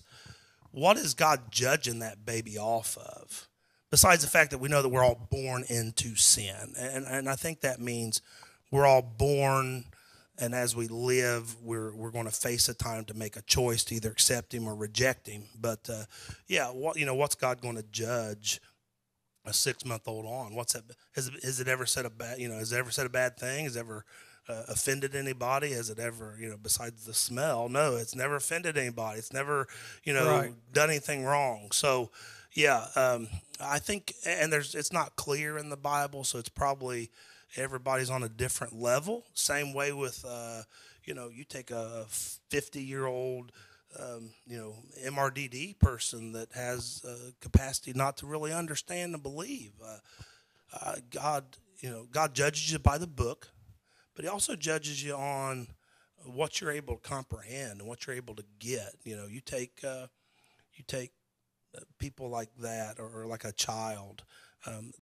Some people that would tell you that child was born into sin and didn't make it, but I think that'd be a pretty foolish thought to say, because I don't know how, what would God judge that person on, or so. And some people feel like that it's based off the mom and the dad. I've heard people say things like that. Well, if the mom and dad are saved, then the baby would automatically go, but if they're not, then I don't think God works that way.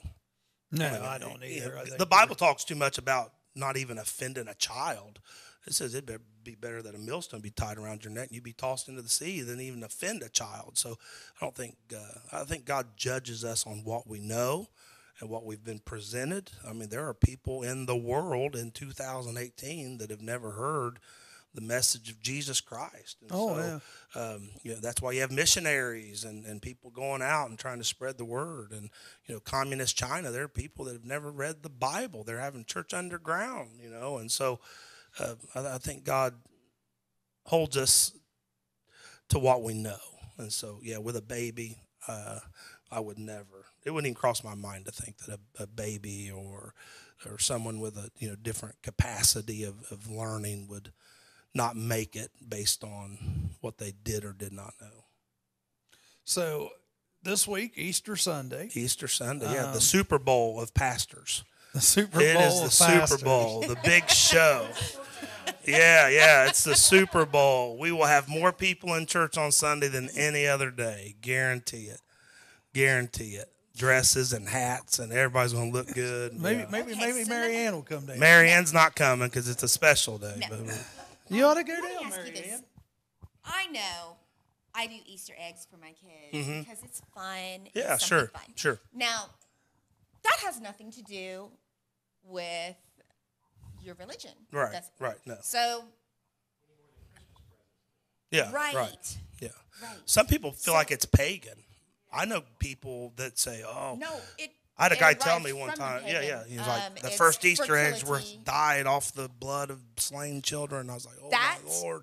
I've never heard before. Yeah, yeah, and he was handing out Christmas cards in like June or July. And he was like, I'm like, Halloween, trick or treat's a big one. Halloween's a big one for Christians, Don't let your kids go trick or treat.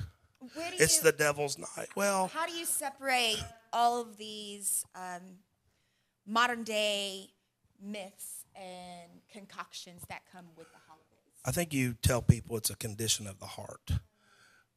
If you view Christmas as a time to, worship the tree and worship the whatever, and or the Easter eggs, if you, say, yeah, I really do this because of that paganistic ritual that was done 1,000 years ago, I think it's a condition of the heart. My kids go trick-or-treating, and I would have people that would probably crucify me over that. They're not out worshiping the devil. They're not. Right. They're having just fun. Out and having it's fun. innocent. They're getting Right. candy. And the next day, they couldn't give a rip about any of it but getting the free candy. And so Christmas, the paganistic holiday where it all goes back to, idols and idolatry. But with Christmas, doesn't also the gifts represent the gifts the wise men brought? The frankincense, the myrrh. Yeah, and right. So, we celebrate Gold. Christmas. Gold. Yeah, gold, Was it frankincense, myrrh, all the spices, and so we celebrate those holidays. I think it's your intent. Yeah, I guess. Here's the thing: you can make anything wrong. I used to tell people about music. People would really put down, like some of the music, and like Black Sabbath used to be a band I would listen to. And, Yeah. And you shouldn't listen to Black Sermon Sabbath. number 2 goes to Charlie. But no, wait, but Play it backwards, and the devil's going to bite your face off. If you Kill would your actually mother. listen to some of the words, if you would listen to some of the words of some of those songs, and you listen to them with the right heart, you realize that it could almost be listened to as Christian music some of the time, because there's like choices and things they would put out there. Some of it you wouldn't maybe, but music I always saw. It's the same way with holidays and like this. It's just a condition of your heart. Sure. If you realize at Halloween you're not worshiping the devil, you're just going out Yeah, and that's enjoying right. the holiday That's right. and having fun with it. That's okay. And Easter, same way. You have the Easter dinner, you go to church if you want to go to church, and the bunny and the eggs, candy, that's just bunny, eggs, and candy. Yeah, that's it. Yep. That's it. Doesn't have anything to do with Easter necessarily. Yeah, it's all about just it's all about your intent. the It's all heart. about what you're trying to accomplish by that. And I always feel like that's why they're celebrated for a week or 2 weeks. You got Easter egg hunts 1 to 2 weeks before Easter. Yeah, right. 1 to 2 weeks after Easter. Right, yeah. You got Halloween parties. You've got Christmas parties. You've got Christmas pageants. All Sure. that stuff leading up to it. But on the day of, you only go to church for 1 day. yeah. You only, you know what I mean? Mm-hmm. Like, there's no revival for that week. Right. So it's just a day that's set aside to, and so obviously, Easter we're going to preach on the resurrection and the empty tomb, and Do you do a sunrise service? we don't. So Corwin Church used to be very big on sunrise service, 6:30 in the morning. They would have with the modern they would times, have they decided- service. Then they'd have a big breakfast. Then they'd have normal 10:15 service. And so what has happened is that your thing? You like the sunrise? Food. Yeah. That's right. Yeah. Said food. Yeah. Come on, Phil. We eat out every night after church, and it's part of it. That's why we all have this pulpit bumper here. So, right. yeah. So we haven't, and they stopped it before I ever got there. Because it was so hard on the ladies of the church. Oh, and yeah. that's not being sexist, I hope. But they would get there, and so they would miss the whole 6:30 morning service because they're making biscuits and gravy and all this stuff. Then we're eating. Yeah, I know, right? Maybe I will have it next year. And then by the time 10:15 service comes on, they're cleaning up and doing the dishes, and so they're exhausted. And then so I think the year before I got there. Now, it's interesting, though, when I'm in the community down there, I have a lot of people say, hey, do y'all still do the sunrise service? So They won't come eat. if I could figure out a way to do it next year without putting so much pressure on the ladies, and, of course, it being Easter Sunday, you probably couldn't get it catered in or anything like that. I guess you could do a You really you could probably do a continental breakfast type thing You maybe. really But, could. then people are going to say, well, you used to have biscuits and gravy. That new pastor's a jerk. We hate him. Yeah. So always going to have stuff. Yeah, right, You're right. never So going to please. you can't please the everybody. masses. I can't even get the temperature right in the church. You know, I'll be sweating like from head to toe, and I have these ladies with like their sweaters on, and they'll come up afterward. They're like, "It's freezing in here," and of course, then I say, "Well, if you was moving around as much as I was, you'd work up a sweat. Don't just sit there." You know. Wait a minute. Somebody just come on that's watching that needs saved. Joe Davis, you're on. What can you tell Joe? Because Joe's not saved. Joe, what can we get? Can we get Joe to, he's a referee. I would say, Joe, just find you a place to pray, man, and ask Jesus to come into your life. Ask him to forgive you. It's that simple. I think sometimes we make it too complicated. For all the sins about getting on all those referees, Joe. Yeah. So just ask him to come into your life, and the thing about it is you have to make a change after that. I think religion Joe without needs, change. Joe So needs a change for the referees. yeah. So a lot of the guys on TV that you see, or some of these big mega churches around, you go there and shake somebody's hand and fill out a card, and they'll say, "Oh, we had 300 people get saved this morning." Well, filling out a card and shaking somebody's hand doesn't get you saved. It's an individual choice. It's an individual discussion between you and God, and accepting Jesus as your Savior. For the Bible says the blood of Jesus cleanses from all sin, and so you have to accept Him. And it's not a literal thing, but it's a spiritual thing where the blood of Jesus cleanses and takes a black heart and washes it white as snow.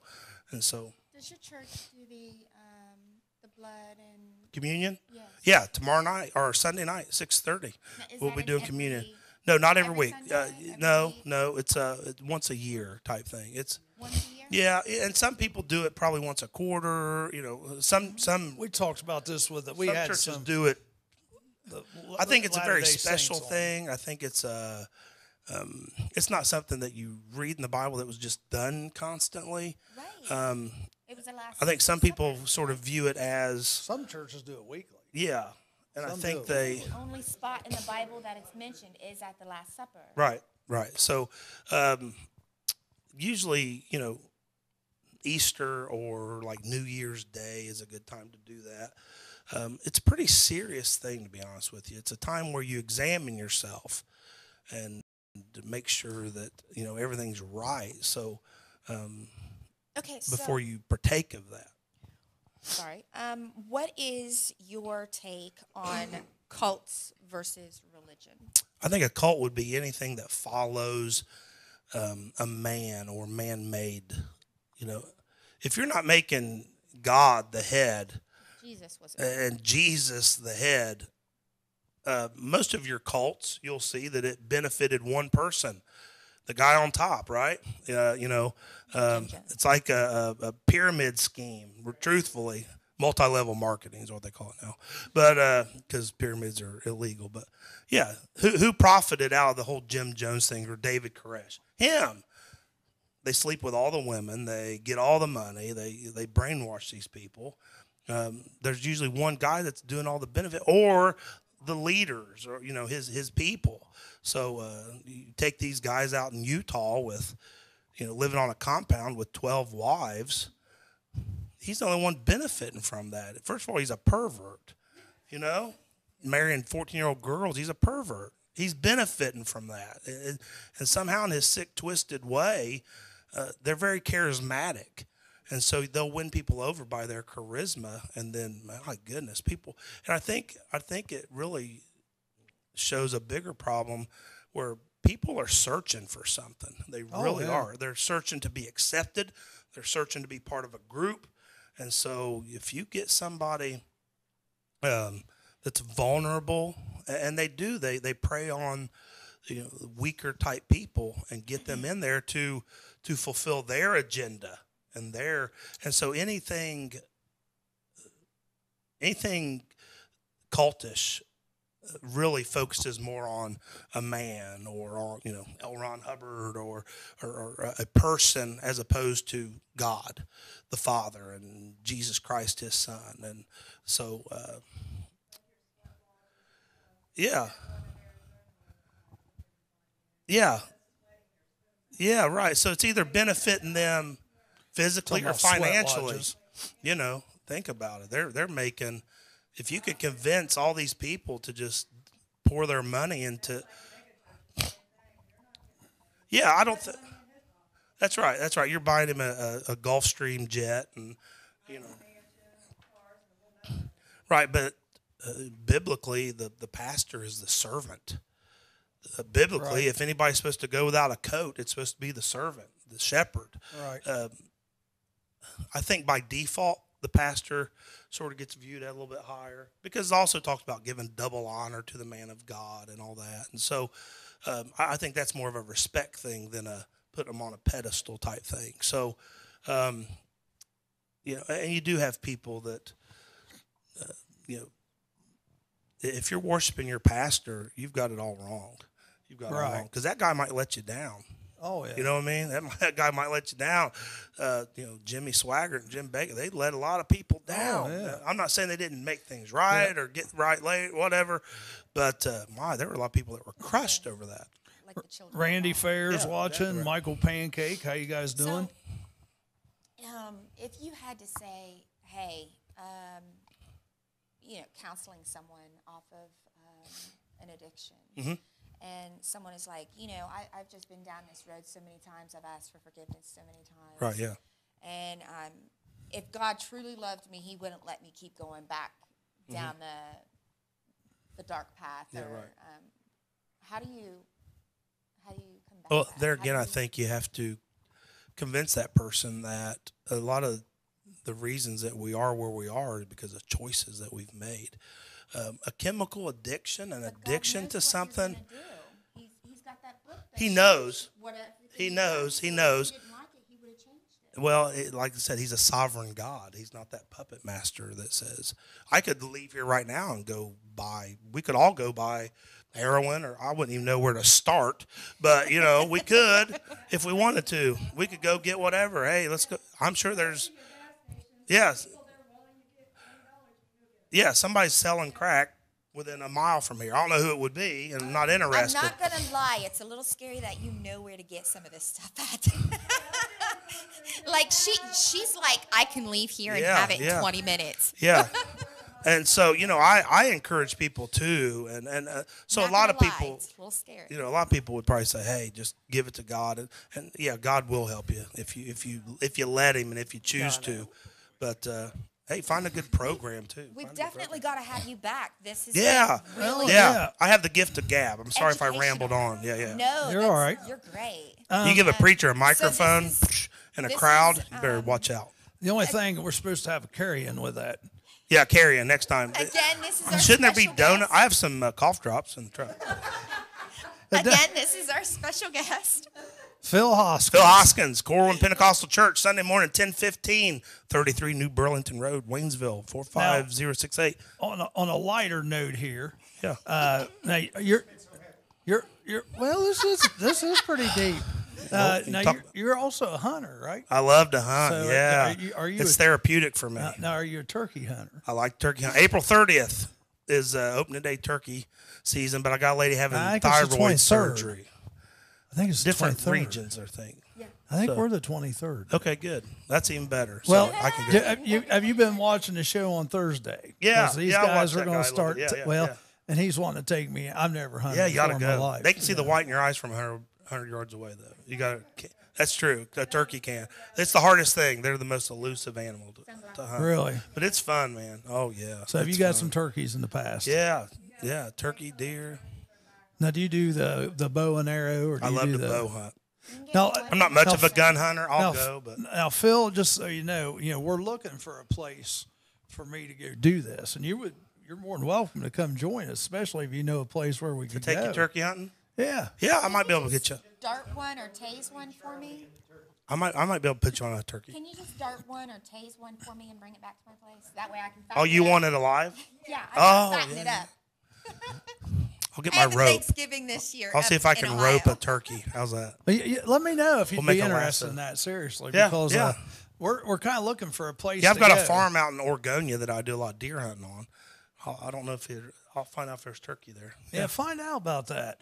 Well, yeah, I tell you, there's lots of other stuff too. We'd like to talk to you about. Yeah, And, sure. I'd love to come back. it's Appreciate the opportunity. We really. never even got into, and I don't want you to answer this, but maybe next time we talk, every generation has thought that basically the rapture was going to come. Yeah. And I'd like to know if some churches are not rapture believing, Yeah. some are. Yeah, we are. So, yeah, well, I figured, but I just wanted to. Yeah, we'll get into that. We next could time. get into that next time. And No, I'm just ready to go. Yeah, whenever he calls, I'm going. all right, so 10:15 at the court. Now, so if I'm going from Wilmington, because I am entertaining the fact to go down there, the possibility to go down there. Yeah. So if I go 73 like I'm heading to Waynesville. 73. So we're basically, we're 73 and 42 meets. Yeah. Waynesville, McDonald's. Yeah. So you would go, and I'm sure you can go the back way. I don't even know the names of the roads. I live in Moraine. I live 35 minutes from the church. So if you go 73 straight to 42, go north on 42, turn right on Corwin Avenue, it'll take you right there to the corner of New Burlington Road and Corwin Avenue. So how far is it from McDonald's?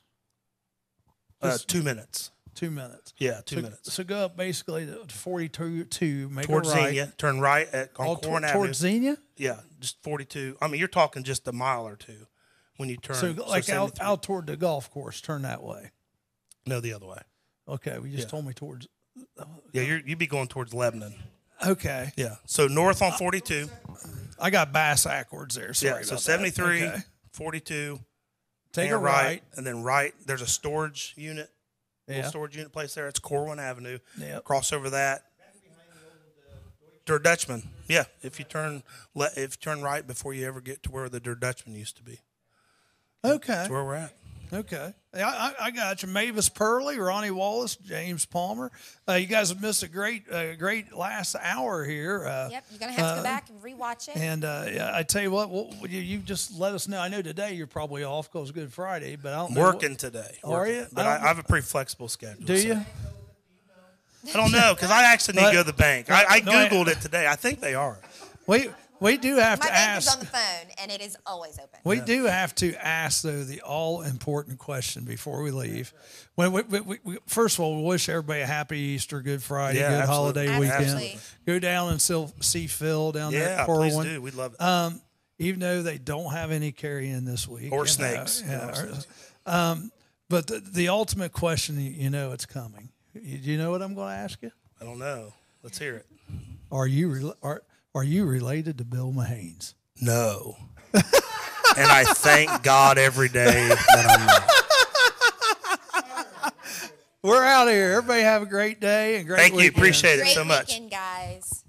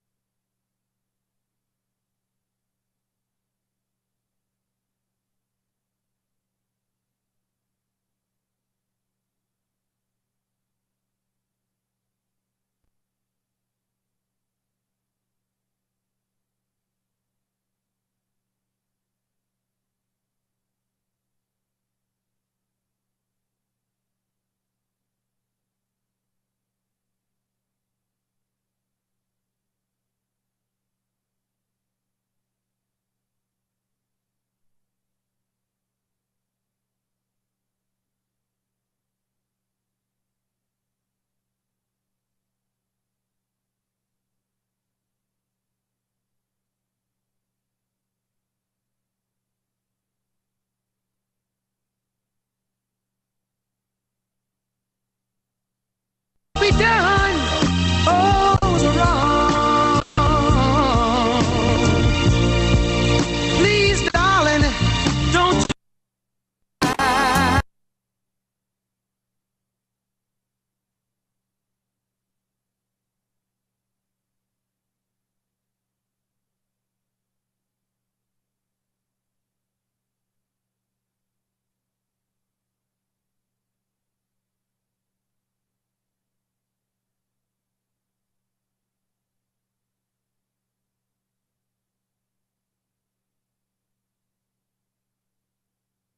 Ties, and so do